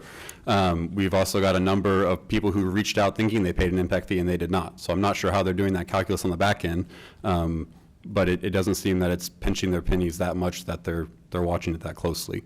But I think from the data that we've seen, from the permit data we've seen, again, when we talk about the IFAX charge, we're growing as a community. We're continuing to grow as a community. We're continuing to build building permits. We're up 10% over last year. We're continuing to see growth in all of those sectors. It would say we're continuing to grow. The mechanism for impact fees is to help fund needs for that growth. Roadway, I think we talk about again, because you can't live without flushing your toilets and getting the water out of the ground and turning your sinks on. You can, not that we want the 55 seconds at the light, but you can spend a couple extra cycles at the light and not be detrimental. And so I think that's how we got to this point. But yeah, to answer your question, I don't think we would say the data does not show that would do anything. Thank you. Okay, I'll save my comments for later. This is a public hearing. The chair will open the public hearing. I have 3 people signed up to speak, and I'll take them in the order that they appear on my list here. Ms. Veronica Morgan, you have 3 minutes. Will be followed by Chandler Arden. Ms. Morgan has spoken quite a bit here, so she knows where the timer is. That doesn't mean she'll pay attention to it, but that's okay. I will try to pay attention to it. Now, good evening, Council. Veronica Morgan, Mitchell and Morgan Engineers, 3204 Earl Rudder Freeway South. Thank you for letting me speak to you tonight. We've talked about this before. Y'all have heard a lot of discussion from the development community and the engineering community about impact fees and what impacts we think that they have on affordable housing. And I think that's kind of where we sit. I understand Councilman Schaefer's comments, but I'm not sure I agree with those. I think that reducing the impact fees on roadways will help us at least bring some of the costs down on our housing market. And I think that's important. I don't think after COVID, when we had a lot of increases in material costs, those have not seemed to come down much. And we certainly need to have some relief in our housing cost. And I appreciate you guys looking at this and looking to set this to zero. I think it would be very helpful to the community as a whole and would appreciate that. Thank you. Thank you very much. Mr. Well, she said both My things. comment is I appreciate you looking at setting them to zero. I think it would be very, very much appreciated Okay. throughout the market. Thank you very much. Mr. Chandler Arden will be followed by Mr. Dennis Maloney. Chandler Arden, I live over in Wood Creek on Whitney Court. I'm very much in favor of reducing the roadway impact fee to zero. I just want to make sure that's very clear. Take a little exception to some of the MLS data. I'm also a realtor. I think the chart that Anthony showed includes in both Bryan and College Stations things that are not within the city limits. Southern Point is included in those numbers, I'm pretty sure, and makes a pretty large impact on what those numbers look like, but they're not in the College Station city limits, Indian Lakes, et cetera. I think overall, just to kind of boil things down, whether it's a big project or a single family home, impact fees impact people every day. Whether it's trying to qualify for a home and $5,000 reduction in a home price makes a big difference. I think there's some data out there that I didn't bring with me tonight, but for every $1,000 that a home price goes up, you disqualify 100, 150 people in this very metro area. So it is very impactful. And it doesn't matter what the price range is, whether it's affordable or somebody's forever home, it doesn't matter. Whether some student is coming here and they're going to live in a tower and that developer's had to pay impact fees, that makes the rent more, makes the burden on the parents more. And so I really strongly believe that there are other ways for College Station to pay for roadways. And I didn't want to say it, but I'm going to say it. I mean, we've got Macy's, that was $7 million of wasted money. That made a huge impact. And I know that there's more collection potentially from roadways, but let's get it together. You have a chance here to do the right thing for future home buyers and residents of College Station to help them out. Most of you, if not all of you, never paid an impact fee. Let's make it fair for people that are either moving into a new home that already live here in College Station and want a new home, or people that we're trying to attract. Professors, workers at Fujifilm, whatever it is. Let's do the right thing and help them out. Thank you. Thank you, Mr. Can Arden. I ask you a question?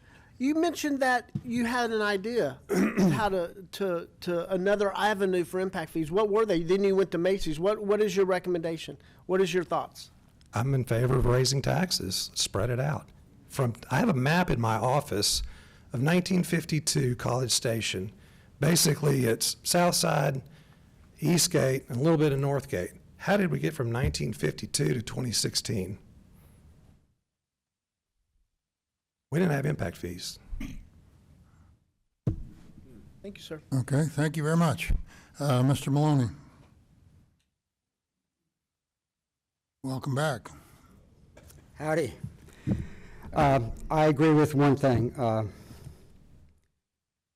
Do the right thing. Here's some history. Home building dropped precipitously following the 2008 housing and banking crash, and today's mortgages hover around 6% now. That affects it. The price for a single-family house in our nation increased 40% between 1999 and 2024. This 40% increase had nothing to do with impact fees. Inflation in labor and materials caused it. This November's election time. Politicians currying favor and campaign contributions from the real estate lobby and developers will tell you that houses will cost less if they don't have to pay impact fees. Impact fees that are needed to support the infrastructure created by infrastructure needs created by their development. It is categorically false to claim, as the lobbyists and the minions do, to say that a house, $300,000 house today would sell for only $280,000 if there were no impact fees. $300,000 house is going to sell for $300,000 if there are impact fees and no impact fees. That's just the fact. That's economics 101. Price is determined by supply and demand and what the market will bear.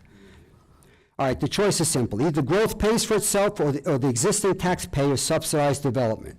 The argument that the city of Bryan doesn't charge impact fees so College Station shouldn't charge them is ludicrous. The city of Bryan does not charge impact fees because its politicians are sanguine with the political philosophy that says growth does not have to pay for itself.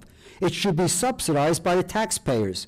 And that is one reason why the property tax rate in Bryan is 20% higher than the property tax rate in College Station. Let me repeat that. Bryan does not charge impact fees, but its citizens' property tax rate is 20% higher than College Station's property tax rate. So, if this council wants to be like Bryan and not charge impact fees, they will also need to find a funding source. And that's going to be the property taxes. All right, thanks. Thank you very much, Mr. Maloney. Mayor, Yes, you have a question? yeah, can I ask the speaker a question? Oh, yes, a question, not an argument. Hey, I'll argue. Come on, bring it on. To my esteemed and very much respected former colleague and who I call friend. You betcha. If the fees that we assess and impact fees on a lot or on a new home, basically the market is immune from them, then why wouldn't we just raise fees to $100,000 per lot? No, but I think we should raise fees comparable to what the new construction burdens our infrastructure with. See, the way I see it is that the impact fees is like putting money into the equity that we've already put into the city.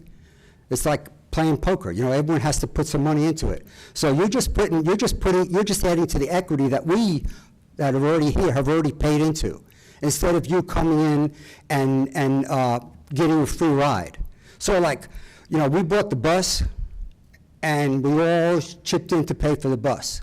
But you only want, the developer says, I don't want to pay for the gasoline, the diesel. I don't want to help pay for the bus. That's just how I look at it, my philosophy. But if the city of College Station were to levy a tax, a premium, a surcharge on paint for commercial contractors, you don't think that the cost of paint would go up in College Station? Well, I think the cost of paint goes up with the market, whatever the market will bear. The same thing with housing. People might just go to another jurisdiction to buy paint, right? No, they're not. It's going to cost you too much to drive over there. I think the question is off track because we're talking about a public investment here, not a private one. This is the public infrastructure we're talking about. That's all. Yeah, it has to come from somewhere. Fine. It has to come from somewhere, and it's either going to come from our property taxes, the people that are here, or it's going to come from the people that are new that come in here. And if you wipe away the impact fees, you're still going to sell the house for the same, whatever the market will bear. It has nothing to do with it. You're going to get as much as you can. I was in business my whole life, never worked for any other human being from the time I graduated college all the way until the time I stopped working, okay? Except 5 paychecks as a teacher out in Somerville, those poor boogers. But that's the only other time I got a paycheck. And so the market determines the price, and it's going to be passed on no matter what we do. And I miss being up there with you, Senator. I wish the hell you'd run against that guy. I'm just telling you. Thank you very much, sir. Thank you. Thank you both. Okay. Those are the 3 people that signed up for the public hearing. I will therefore close the public hearing and exercise the prerogative of the chair to make a motion to get something on the floor, and then we can have a discussion and proceed from there. And I'll look for a second, and then would like to speak to the motion. I move that we leave the impact fees for roadways as they are. We've completed the 3-year increase, so they're established at a particular level, and I move that we maintain that level for residential and commercial. Second. The second from Mr. Schaefer. Okay, we have a motion on the floor. I'll speak to my motion at the end if that's all right, and I'd like to, if anybody wishes to speak, I'm sure there are a few do, but rather than just voting, but we could just proceed to vote and not have any more discussion. Oh, no. But I will, if you'd like to have a few words or comments, we'll start with Mr. White, go that way, and come back and end here with me. Anthony, my first question for you is, was the previous speaker correct in the data that you showed us? Did it include Southern Point? I'm not entirely sure. That's MLS just data. the boundaries of College Station, or did it include the ETJ? That I don't know. I think for when you go to the website, they do parse out by neighborhood, and so it does actually include a large majority of College Station neighborhoods, but I don't know that for sure.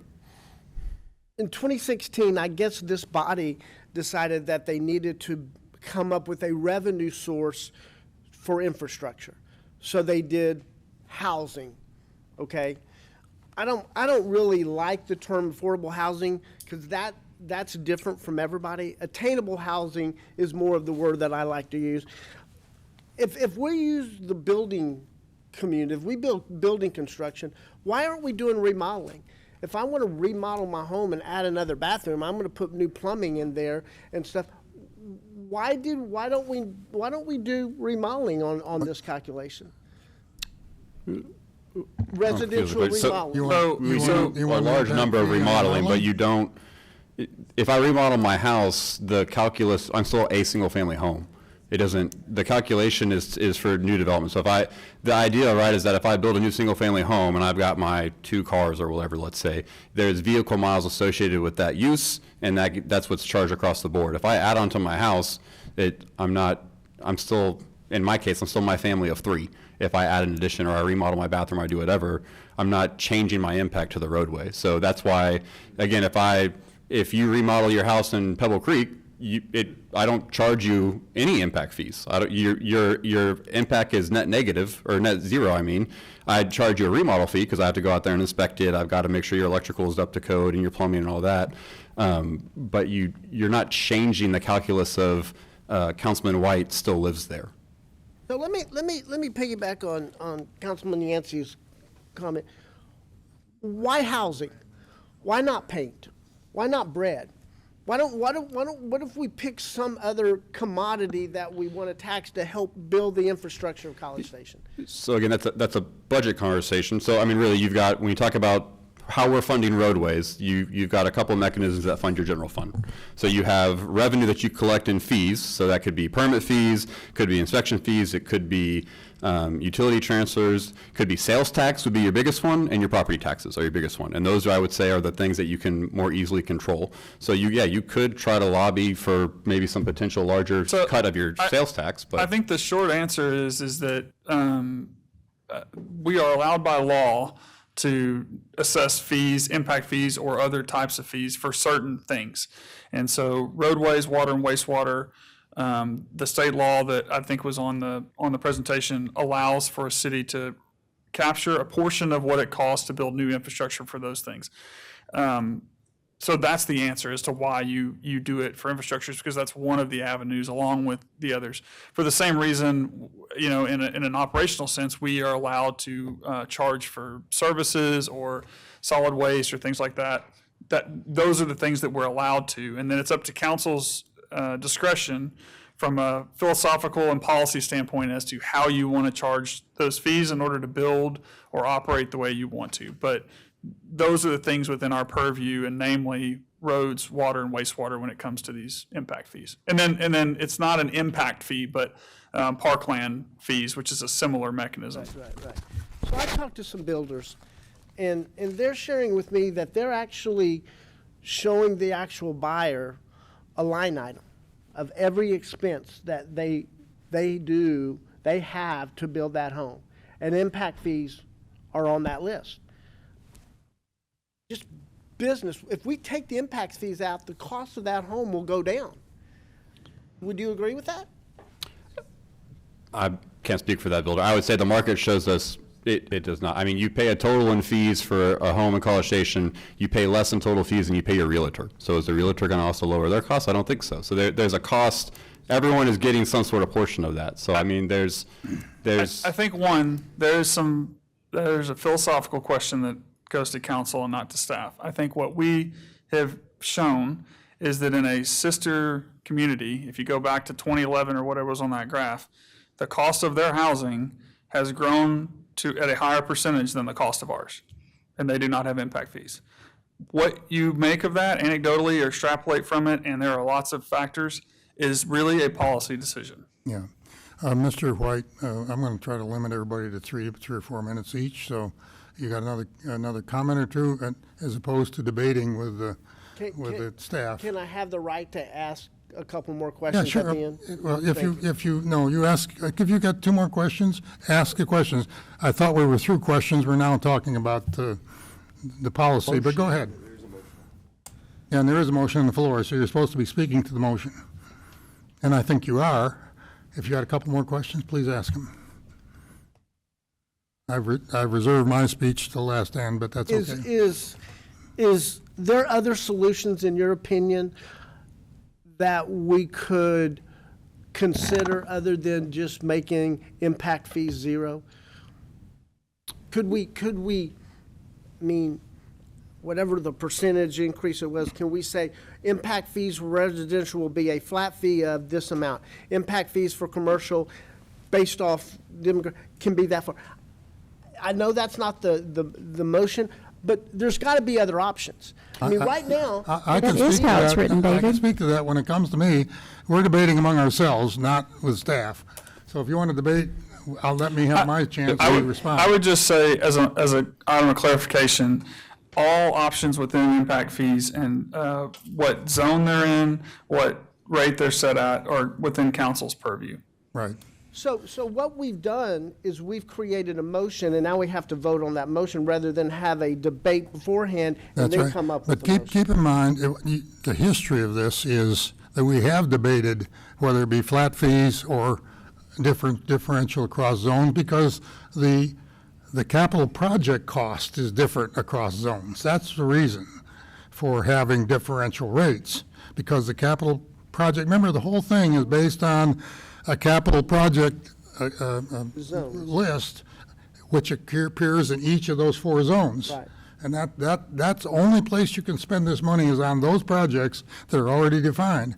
So the last time the council debated, I agree it's a previous council, so this council's free to do what it wants to, but I'm reflecting the history of this, and that was that we had flat rate across all zones, but the last time we considered it in a complete consideration, we said, you know, that's really not fair to be charging people in Zone A when the big expenses are in Zone C or D. So you got a bigger capital project in those zones, but you want to collect at roughly the same proportion. So let's make that adjustment so that you're collecting about the same proportion, whatever the number is, 20%, 15%, or whatever it is, of the actual total cost of the capital plan for that zone. So the whole idea of an impact fee is it's just an alternative public financing mechanism that is that means that new growth requires us to build certain things, right? In this case, we're talking about roadways to serve those new development areas. So we're going to have to then pay for that. We want new growth to pay part of the cost of that system infrastructure that's required to serve that new growth. That's kind of the fundamental classic argument for impact fees. Some people don't like impact fees. As you heard, people, and a lot of people talk to me, put it all in taxes. That's what we used to do. Everybody paid increased taxes. $5 million a year is about 4 cents on the tax rate. That's almost a 10% increase in our 51-cent tax rate right now. I think the decision at the time when the council made that decision was simply, this is a new and alternative ways that's totally appropriate. The state has given us the authority to do it, and so we're a fast-growing community. We need the funds to help serve the system needs of that new development. So that's why we adopted it the way it is. That you could go back to a flat rate, yeah, but then you're disadvantaging certain people. I mean, you're disadvantaging in a different way. I mean, there's always an impact on the people. Right. And the impact on the buyer of a home in one of these areas, C and D, is a bigger cost because it costs us more money to build the roadway infrastructure to serve that systematic, not the infrastructure inside the development. They pay for that. We're Mayor. talking about the system infrastructure. Mayor, Yes. was that your 3 minutes, sir? Yeah, my 3 minutes are up. No, I'm just debating with him. I'm trying to help him. Well, and I totally understand where you're coming from. I, being one of the newest members of council, have not had the opportunity to debate that flat. I see. You see what I'm saying? So, I mean, I'm inheriting that from the previous But it is a council, I flat never fee had on the roadway, opportunity to one of debate. 4 flat fees, correct? That's why we let the other people It is a talk, flat and then- fee. And then you come back and see where you are. You may, the whole idea of a debate among us is so each learn from each other. Okay, All right? I will. May I, you have 3 minutes, Mr. Wright. All right, first I have a procedural question. Do we need a supermajority based off of state law? No, it just needs to be a majority. Awesome. Everyone probably knows where I sit on impact fees. I definitely helped set the rate. I thought the rate was fair. There was, of the people here that night a few years ago, there was no protest in the least. I think setting a rate and keeping a rate for 5 years is appropriate because it lets folks plan ahead. And that was the number one thing that we heard the most when we set this rate again was we don't want a lot of fluctuation. We want to be able to plan ahead because at the time we were kind of holding and we were like, oh, we could raise it here, we could not. And Dennis was here. We said we're going to set it for 5 years, increasing, and this is going to be fair across the board. I don't see any reason to abandon that now. It's good to have multiple revenue streams for bond ratings. The state is always trying to limit how much money that the city can bring in, and this is just an avenue that we have right now. And the state could do something a year from now that completely changes this. They tried last session, and I'm sure, without a doubt, they will try again. I don't really see an argument for this to go away right now, especially when it could be ripped from us a year from now. So my vote is obviously going to be yes, and I will cede the rest of my time. Mr. Smith? Okay, thank you. I too want to keep the roadway impact fees as they currently are. Some of the arguments made by the committee that the fee increases the price of a home, it's just not supported by the data. And you know, the idea that either some of these projects aren't really needed and we're just sort of inflating that's just not the case. The argument that the city has plenty of money and they don't need any more, well, that's certainly not the case. I was part of the council that set the rate at where it currently is, and I think that was the right decision at the time, and I'd like to stay with it. Thank you, sir. Mr. Schaefer? I don't have anything to add, Mayor, thanks. Excuse me? I do not have anything to add, Oh, thanks. thank you very much. Mr. Yancey? Thank you, Mayor. Before I begin, I'd like to correct the record. When we made that motion and it was approved by council, I stood in opposition, firm opposition, that 400% increase in fees, and the number of people that spoke from the podium vastly outnumbered the number of people that spoke in support of it, and I'd like to point that out. Now for my 3 minutes, we do have empirical and anecdotal data. 30-somethings are leaving our community in droves, according to our own existing conditions report. Presumably, at least some of them are leaving so that they can afford a home.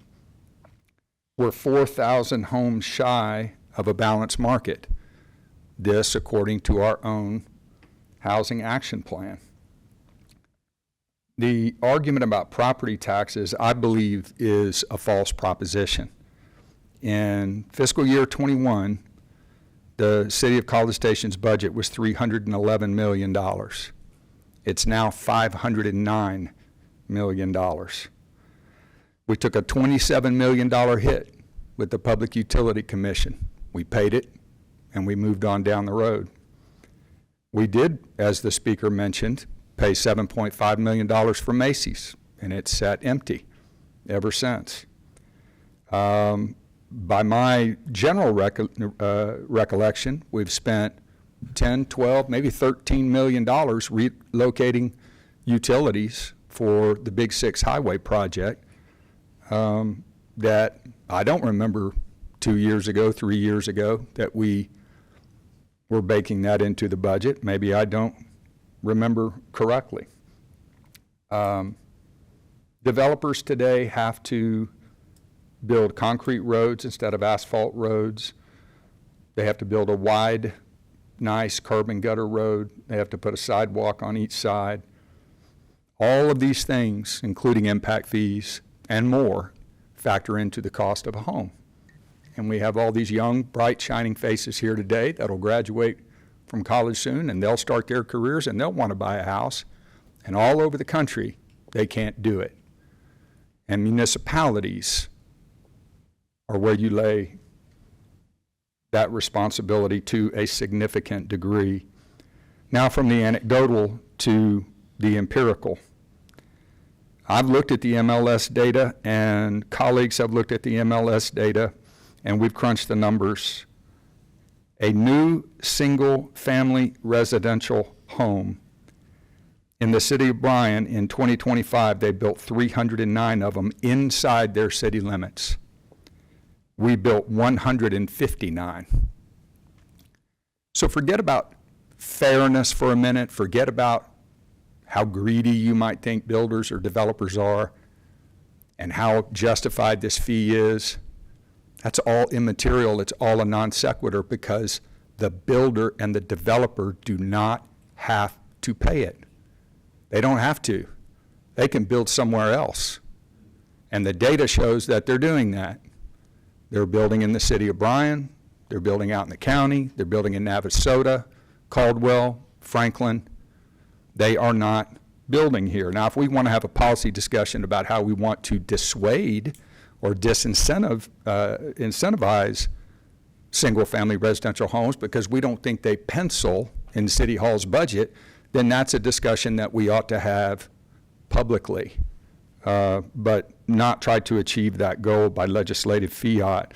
A median price of a College Station home in 2025, new single-family residential detached home, $466,000. City of Bryan, $325,000. Just in December, it was $390,000 for the median in College Station, $289,000 was the median in the city of Bryan. $101,000 difference on the median price of a home. So what we're experiencing to a degree is builder flight. And even if these fees are fair and even if they're justified, the builders just flat don't have to pay them. On new versus used homes, the prices normalize. Anthony mentioned that. And so what's happening is as the cost of a new home's going up, everybody with an existing home, the value of their home's going up, and so everybody is paying more taxes as a result of this. We could raise these fees so high that we never build another single-family residential home in College Station, and what would that do to the values? It would shoot even higher because we would create scarcity. It's Econ 101. That's exactly what we're doing. We have a responsibility to take care of, if we want a healthy population pyramid in this city, we have to give young families and downsizing retirees a fighting chance at their version of the American dream, and that is a single-family, detached, white picket fence home. It accumulates value faster, it holds that value longer, it allows people to generate wealth for themselves and their family. I've been a no for 3.5 years on this policy. We're doing just fine. City College Station's finances are just fine. I'm worried about the young families, our residents, and the retirees that want to live here comfortably, which is getting ever harder and harder to do. I'm a no. Thank you, Mayor. Thank you, sir. Ms. McElhaney? Just to follow on two things you just mentioned, Bob, I believe there is scarcity in College Station. As someone who has paid an impact fee and who has built houses here, there is a shortage of green space. We do not have lots to build on. Having actively pursued the idea of working in some of the developments, there just aren't lots to be had. Now we have other ones, new ones coming on south of town. That'll be great.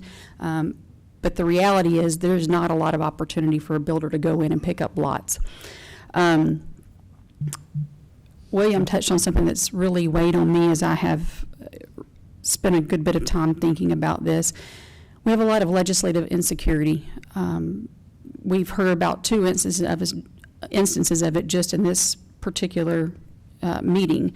We've had to redefine families based on direction that we were given by the state. We also, let's see here, had the tax rate was significantly impacting our ability to set the tax rate, and what that meant for the future came out the week we were approving our budget. Also, the composition of the IFAC was the other thing that Anthony had mentioned. These are all things that are changing legislatively, and impact fees are, at this moment, still something that we can use to offset tax increases. So the other point at which I have come to disagree with you on, Mr. Yancey, is I don't believe the white picket fence on a single-family detached home is the American dream anymore from a housing affordability standpoint. We're saying we want housing to be affordable, attainable, and we need to rethink our definition of what that is in order to meet the market where it is. I believe that townhomes, especially given the density, the increase in density we need due to the lack of green space, we need to incentivize townhomes and duplexes and condos, not ones that are built for rentals, but ones that are built to be sold. It sounds like we can't parse the building type within residential or commercial. And I would really like to see us, as a matter of policy, to encourage development agreements for those types of projects that increase density, townhomes, duplexes, condos, that really do offer a more affordable pathway to ownership. And I think we can even double down on that. We can waive application fees and permit fees and more than just this roadway, but taking a scalpel and not just hatcheting it completely. I think we have an opportunity to try to really attract more affordable product to increase ownership. Having talked to young folks, that ownership's the key, the ability to build equity in something. Maybe we start with a townhouse and sell that and then buy the single-family home with the white picket fence. And I do think it is a generational thing in the way people think, and closer to your end of the spectrum than Anthony's. It's something that has taken me a second to adjust to. But I really do think that hatcheting the roadway fees entirely, it's not going to give us what we're saying we want. Thank you. 3 minutes? How much of it did I use already? I think you got about 14 seconds. Yeah, well, you took six minutes, so I'll take the other 3 minutes. Hey, and you 14 asked. seconds. Frankly, for me, this is a public finance question. I very much appreciate IFAC's recommendation. I very much appreciate the business interests that are represented by our valued home builders, developers, realtors in this community. Obviously, we wouldn't be where we are today if they weren't plugging away at their business models and working very hard to make that happen. And I understand that every cost that goes into building one of those homes is a significant concern of theirs, whether it's steel and concrete and wood or land, which I think is a big factor in the cost of housing in new housing in College Station. And I think impact fees, I can't deny that they aren't calculated into their spreadsheets. I've seen their spreadsheets. I know how they put it in there. But I still think that from a public finance point of view, this is a tool. Impact fees are a tool that allow us to assign some of the cost that is incurred by the city for system expansion, in this case roadways, that's associated with serving those beautiful developments that the builders and developers are building out there. We want good infrastructure that leads to them, and the more they grow, the more demand there is for road capacity. I don't think it's unreasonable, even though it historically has not been used. Impact fees weren't used when I bought my house. That's absolutely true. But as we faced growth in the last couple of decades, the council finally came to the point where we say, we really need, and it was really after the Great Recession, it was 14 or 15 13, 14, 15, when we looked at these, or got back to them. We had actually looked at them in the before 2010, because it came to council at that point and they weren't ready to do it. So I think councils in the past have looked at this and said, this is a reasonably fair way to address some of the costs. And I'm not talking about 50% even. We're talking about well less than 50% of the cost of these system infrastructure issues. And so I think that's not an unreasonable approach.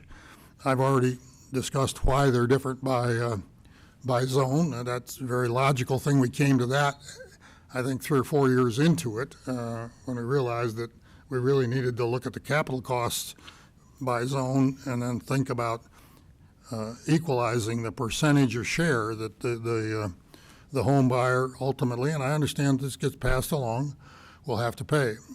My view of the data does not suggest that we're somehow strangling single-family residential home building. We're certainly not strangling multifamily apartment complexes. We've heard how much they are paying into roadway maintenance fees. So I just don't see in the data the real evidence that we're somehow strangling. Matter of fact, as we've increased it the last 2 years, the numbers, if you brought those back up, we've actually increased the single-family home building, and of course the multifamily is pretty lumpy. I mean, just like townhomes, we discussed that earlier, very lumpy kind of thing. I'd like to see more townhomes and duplexes being built. I'd like more. City College Station's got to face more density. We'll see more of those kinds of alternative residential styles.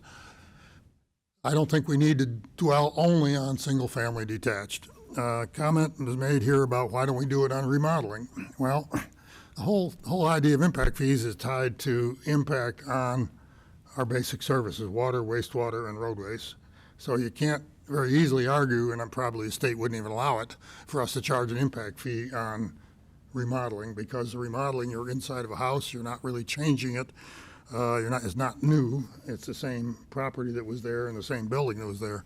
So I don't see that as being a major concern. I do see some limitations on our funding for the future. I respect Mr. Arden's comments about the Macy's. Yeah, you could cash that in. That covers $7 million. That's 1 year. Frankly, people have to wait to hear what's going to happen out there, but that's an ongoing discussion. So I don't see that. I think the only alternative is raising property taxes.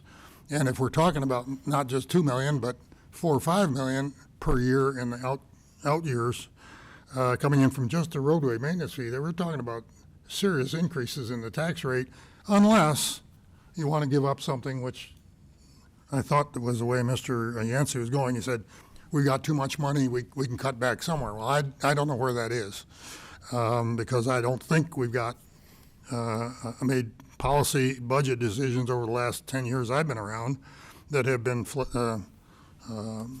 wild and crazy. I think we've been running a pretty tight ship, and most of the data shows that we are. That's why our tax rate's low. I don't want to substitute property tax for this, because I don't see that it's going to really gain us very much, and we're going to lose funds. Keep in mind, we're losing almost a penny off the tax rate based on, you talked about legislative changes, the increase in the waiver on personal property.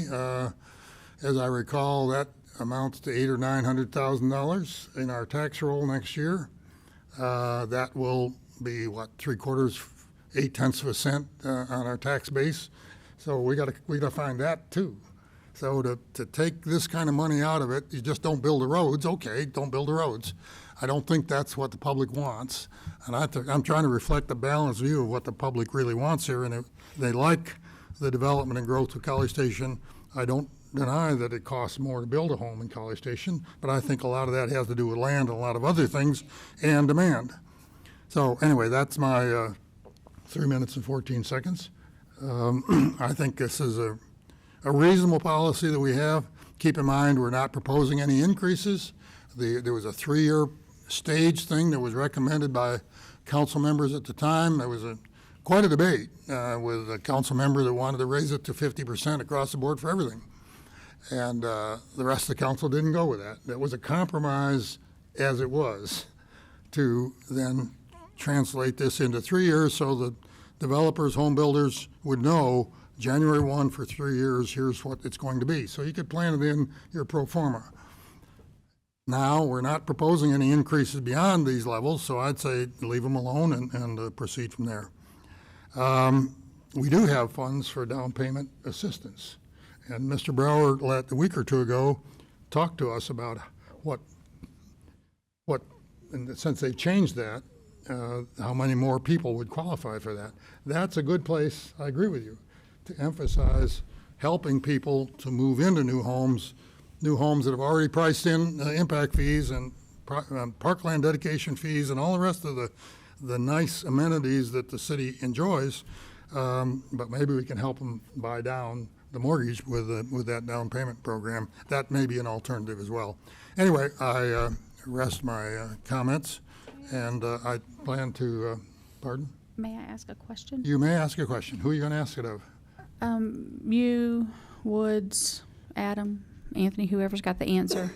You know, it was my request that we have this discussion tonight, and I came to the table at that point, and I was ready to eliminate them entirely. And as I said, work through, I really think we need to do development agreements for certain types. How do we get that on the books?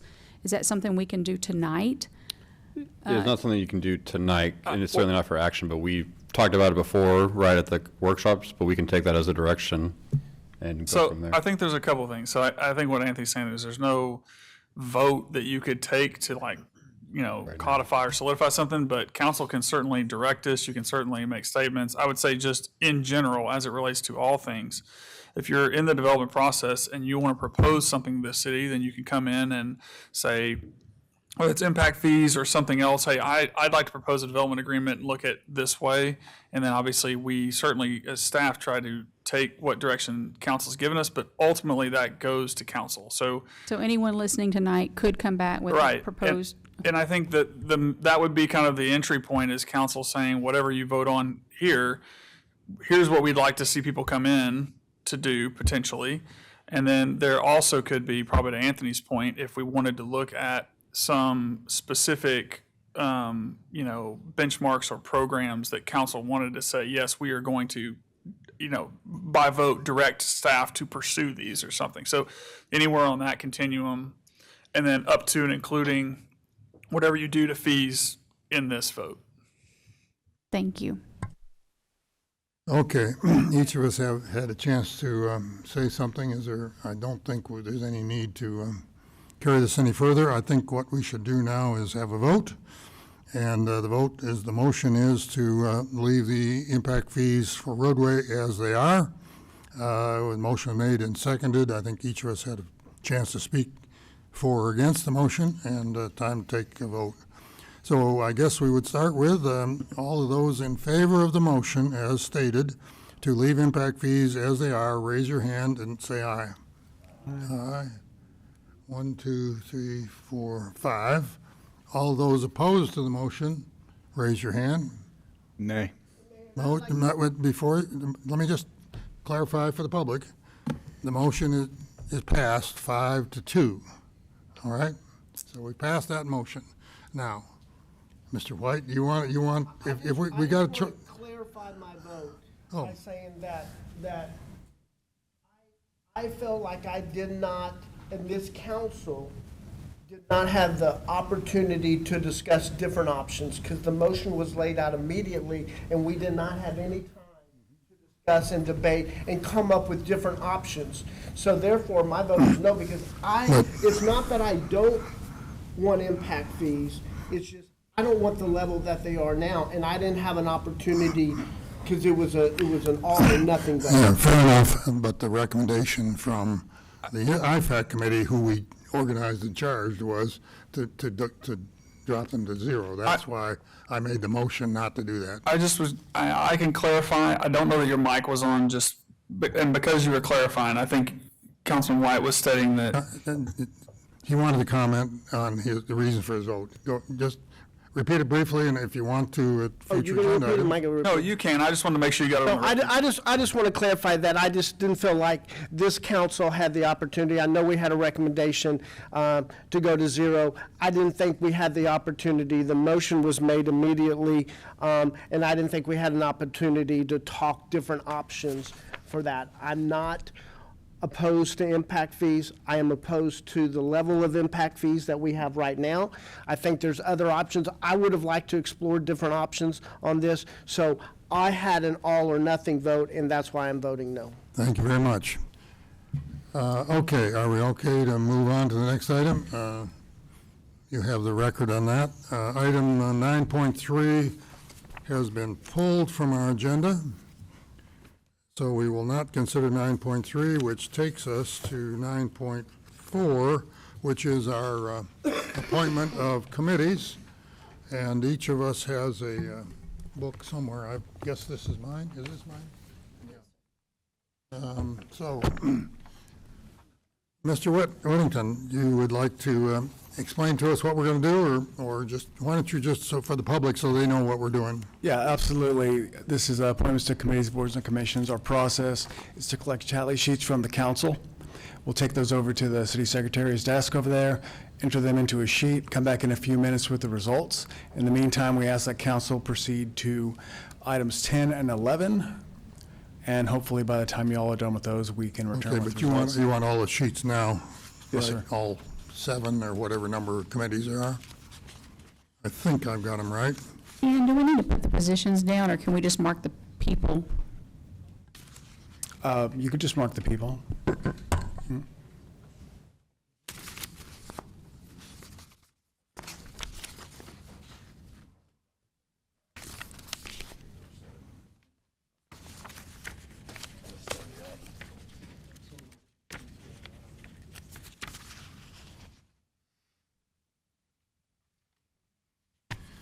Okay.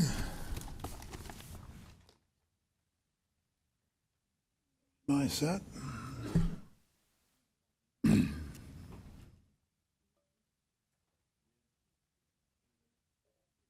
Give another minute or two for those that are still filling out their forms, and then while they're tallying, we will move on to the agenda.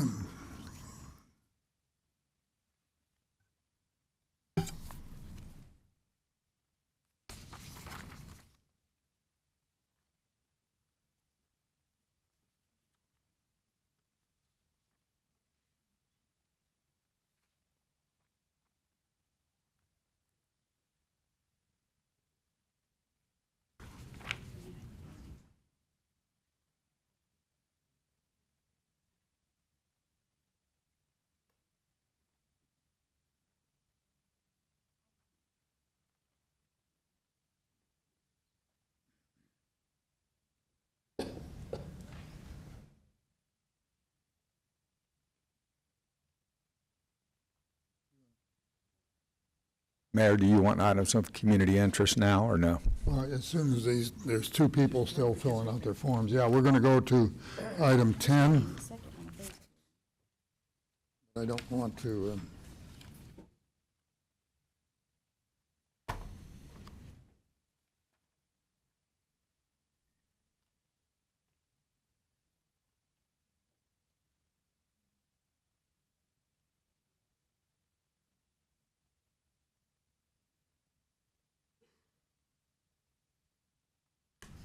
just rip them out.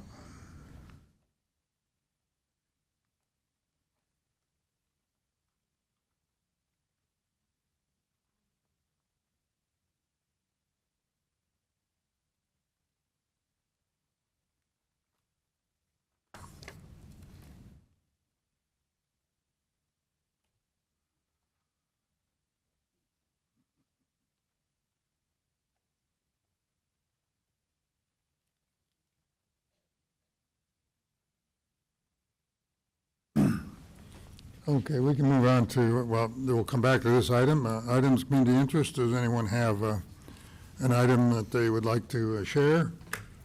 I do, Mayor. Yes, sir, Mr. Yancey. Thank you, Mayor Nichols. With this looming winter storm that looks to be bad, but we don't know how bad until we endure it, for folks that are in need of a warming center, you can reach out to the Brazos County Health Department by calling 979-361-4440. That's 979-361-4440, and they'll get you where you need to go to stay warm throughout this. Thank you very much, Mayor. Thank you. Any other comments of community interest? Yeah, community interest. No, I was just going to say, we're all in this together when it comes to Highway 6, and I just invite everyone to just slow down. There have been a number of wrecks. It's not good for anyone, but let's slow down. Keep the folks out there safe. And particularly in work zones, because it's very 100%. dangerous and it could cost you a lot of money. Or someone's life. It's not worth it. Slow down. But my one comment on the Big Six project, though, is the contractor, it should be commended for the tidiness of his work zones. It's beautiful. as a public works guy, you know what, Not only how is it messy it beautiful, can but get. it's safer for the workers. I mean, this is the way you're supposed to do it. So, good on you, Fluor. Slow down. And slow down. Very good. I'll just add another reminder that we had a great event for Aiden Ross earlier this week, another national champion in the voice competition, and that was very well attended. I compliment Public Works and others in tourism that were involved in that I know a lot of the organization was arranged through Public Works. Colin is one of the people I go to when we start talking about proclamations and recognitions. And then again tonight we had the national champion NCAA volleyball team here with all of their coaches and a number of their players. I apologize if I mispronounced, I'm sure I did, a lot of those names, but I commend them nonetheless on all the work they put into making a real national championship team, which they clearly are. They certainly proved it to all of us. Yeah. Okay, council reports, any other comments on community interest? Council reports on committees, boards, and commissions. Anybody else want to start? Do you want to talk about Bevizma yesterday? Yeah, we had a Bevizma meeting yesterday. It was very good. We got our financial report, which is, as always, was great. We got our audit. Not It was an a audit, clean yeah. audit. And, got a chance to hear some plans looking ahead. The growth out at the landfill, just the tonnage that's coming in is really large. And we're planning expansions. And with all of that, they're going to need more office and shop space. And so we're probably going to be looking at some capital projects out of Bevizma in the upcoming fiscal year. Out there or here? Out there. Yeah, it's Bevizma staff and their employees, break rooms, and they're 600,000 tons now, and they started at 100,000 Yeah. 10, 12 years ago. And they're going to need, and they can improve the speed that we go through by adding an additional scale so that you have a way in and way out instead of having the bottleneck at the scale. So they're going to be looking at some improvements along those lines. And one of the more interesting long-term plans is the permitting of the future landfill, which is right next to the existing one. And it turns out they've got to actually split the application to TCEQ into two parts because the adjoining of the land, I guess, implicates that you've got to make sure that the existing landfill, the new cells that'll be built, that's still good for another 30 or 40 years, will be up to standards, and then permitting the next 40 or 50 years to get to 100 years from now is a project already underway, and staff is to be commended for thinking that far ahead, because if we grandfather the permit, we're good forever, and we won't have to worry about what the standards are 10 or 20 or 30 years ago from now. Any other boards or commissions? Yeah, this week we had intergovernmental committee of the BVCOG. We talked about baseball. It was a very lively and informative and illuminating discussion. A lot of projects going on. There's been media coverage on that, so I won't belabor all the fine points. We had a meeting of the Public Health Department, and all we did was ratify things I've previously spoken to. So nothing new to report. But we did meet. Okay.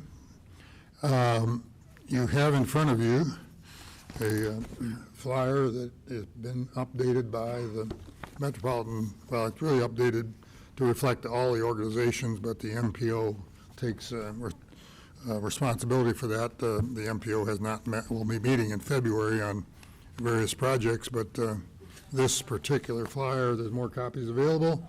Got a lot of really good information in there about transportation and transportation issues and priorities in Brazos County. I commend that to you. Brazos Transit District, I'm on that board. They have not met since before Christmas.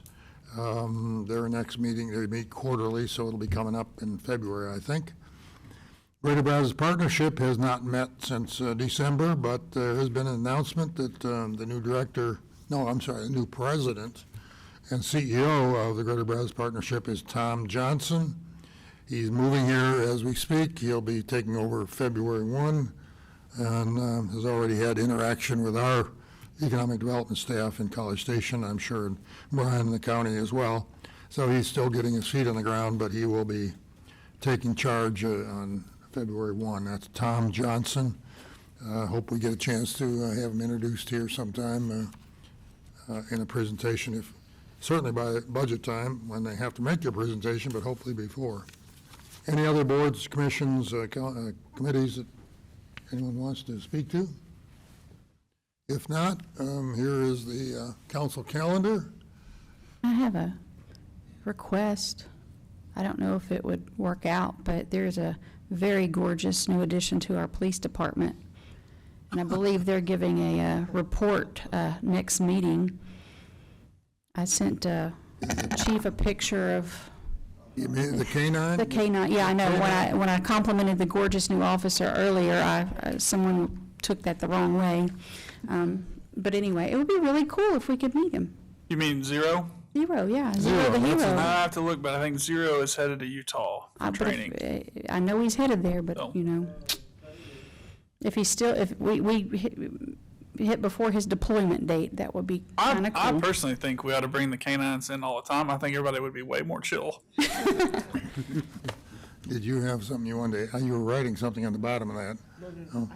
I was just wondering, our legislative committee, I thought that was the chamber, ours is legislative.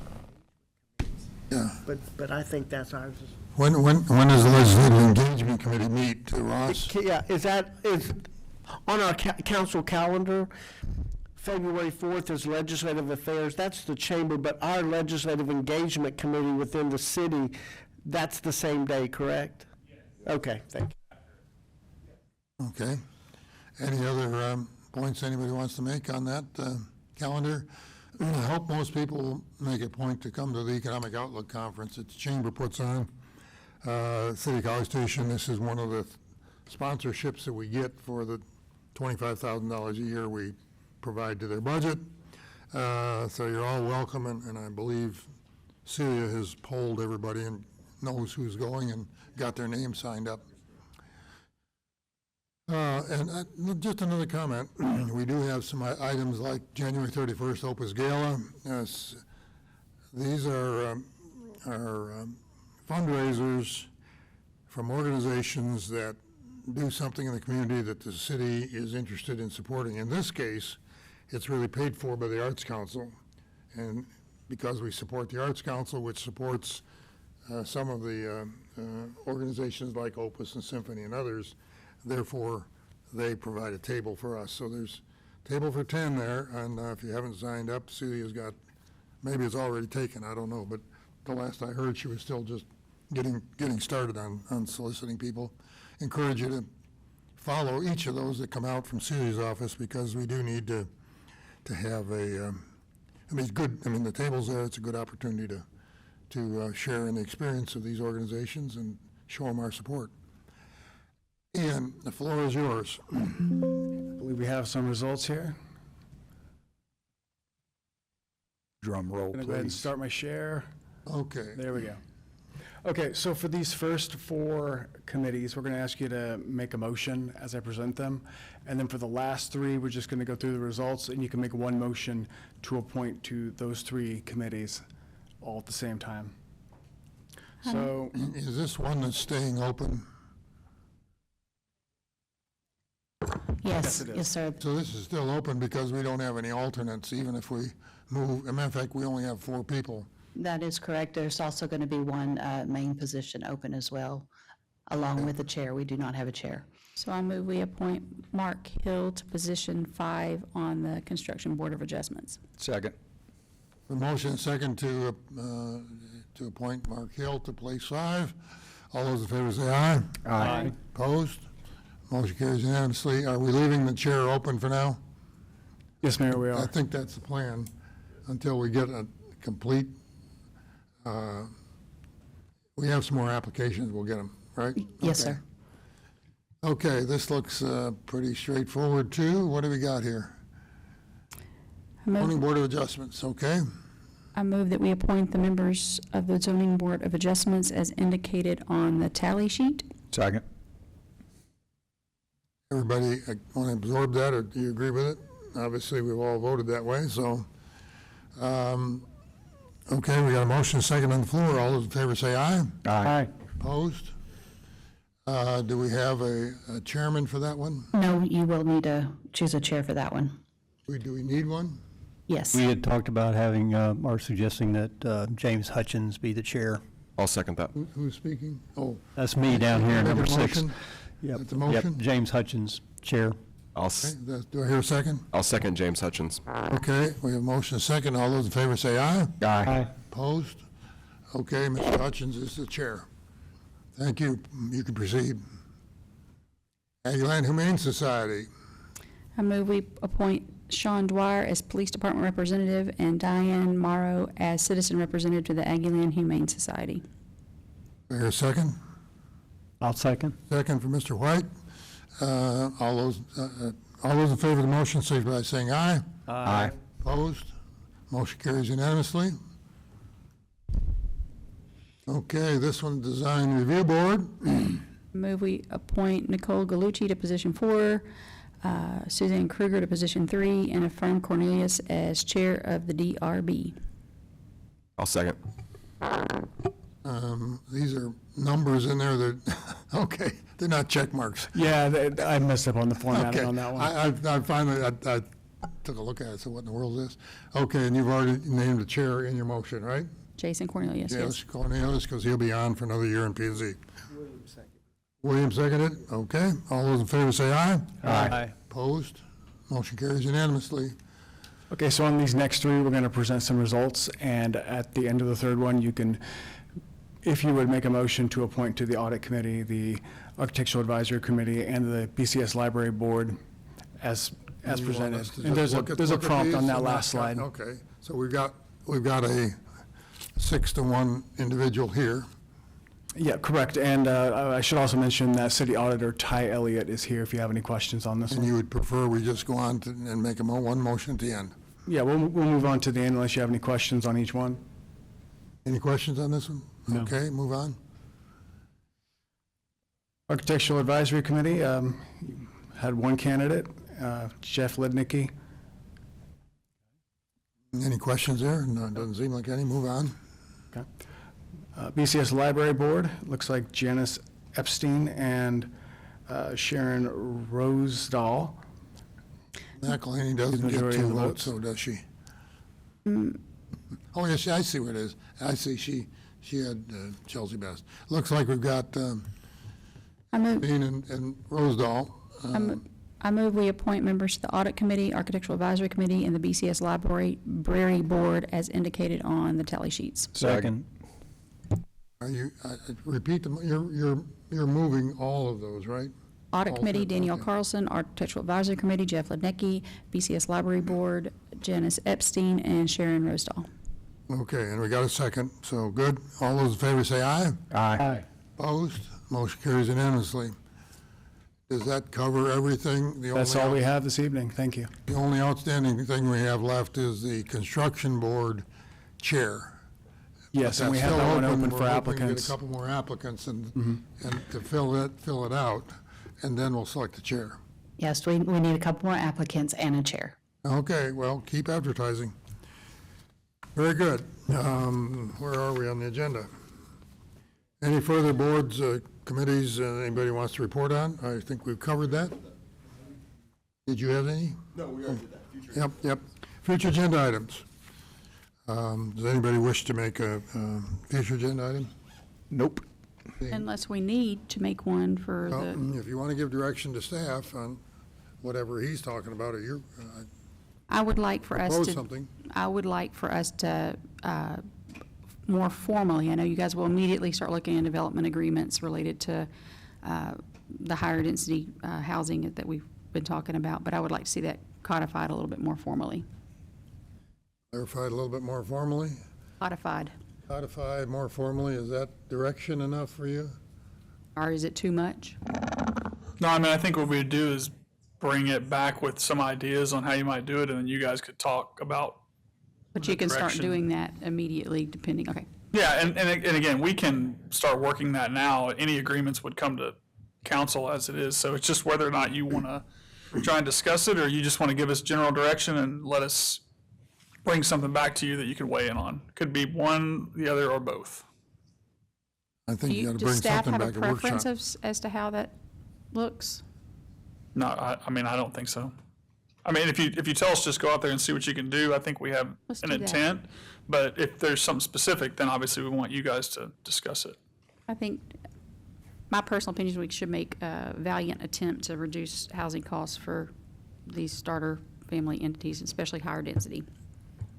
You're asking for that to be brought back to workshop then for discussion, and then we finalize something? I think they're going to just go forward and bring us an agreement as they get negotiated, is what you're saying, right? Oh, you're talking about a whole series of separate agreements as they come up? Or are That would we going to give put them- some sideboards around it or not? I think we hear generally comments from council. We could solicit or work with developers who might be interested and come back with understanding what council's general intent was, and then you would decide whether you wanted to approve it. Alternatively, if you said, we want to lay out a more clear definition across these things of what we want, then you could do that as well. That's a policy statement then from the council that would direct If you- direct staff? Well, kind that's of in not- line? I think based on what you're saying, I am happy letting you guys figure it out and then maybe just give us a quick briefing on the process. And if you think it needs to have, I hate to shut it down. I mean, if we have an opportunity, I would like for you guys to be able to be creative, but just whatever we can do to relieve the burden on these. Yeah, I mean, I guess what we would be, Adam makes a good point, we would basically be taking this kind of general discussion and using it through our current development agreement process, just like we would anything else, that it would just be a difference in, how can we go target these specific types. Perfect. Thank you, guys. Okay, that sounds like most folks are okay with that. So that's a future agenda item. Thank you. If there are no others, the next item is item 13. It's 10 p.m. If I don't hear anything further, we are adjourned. Thank you.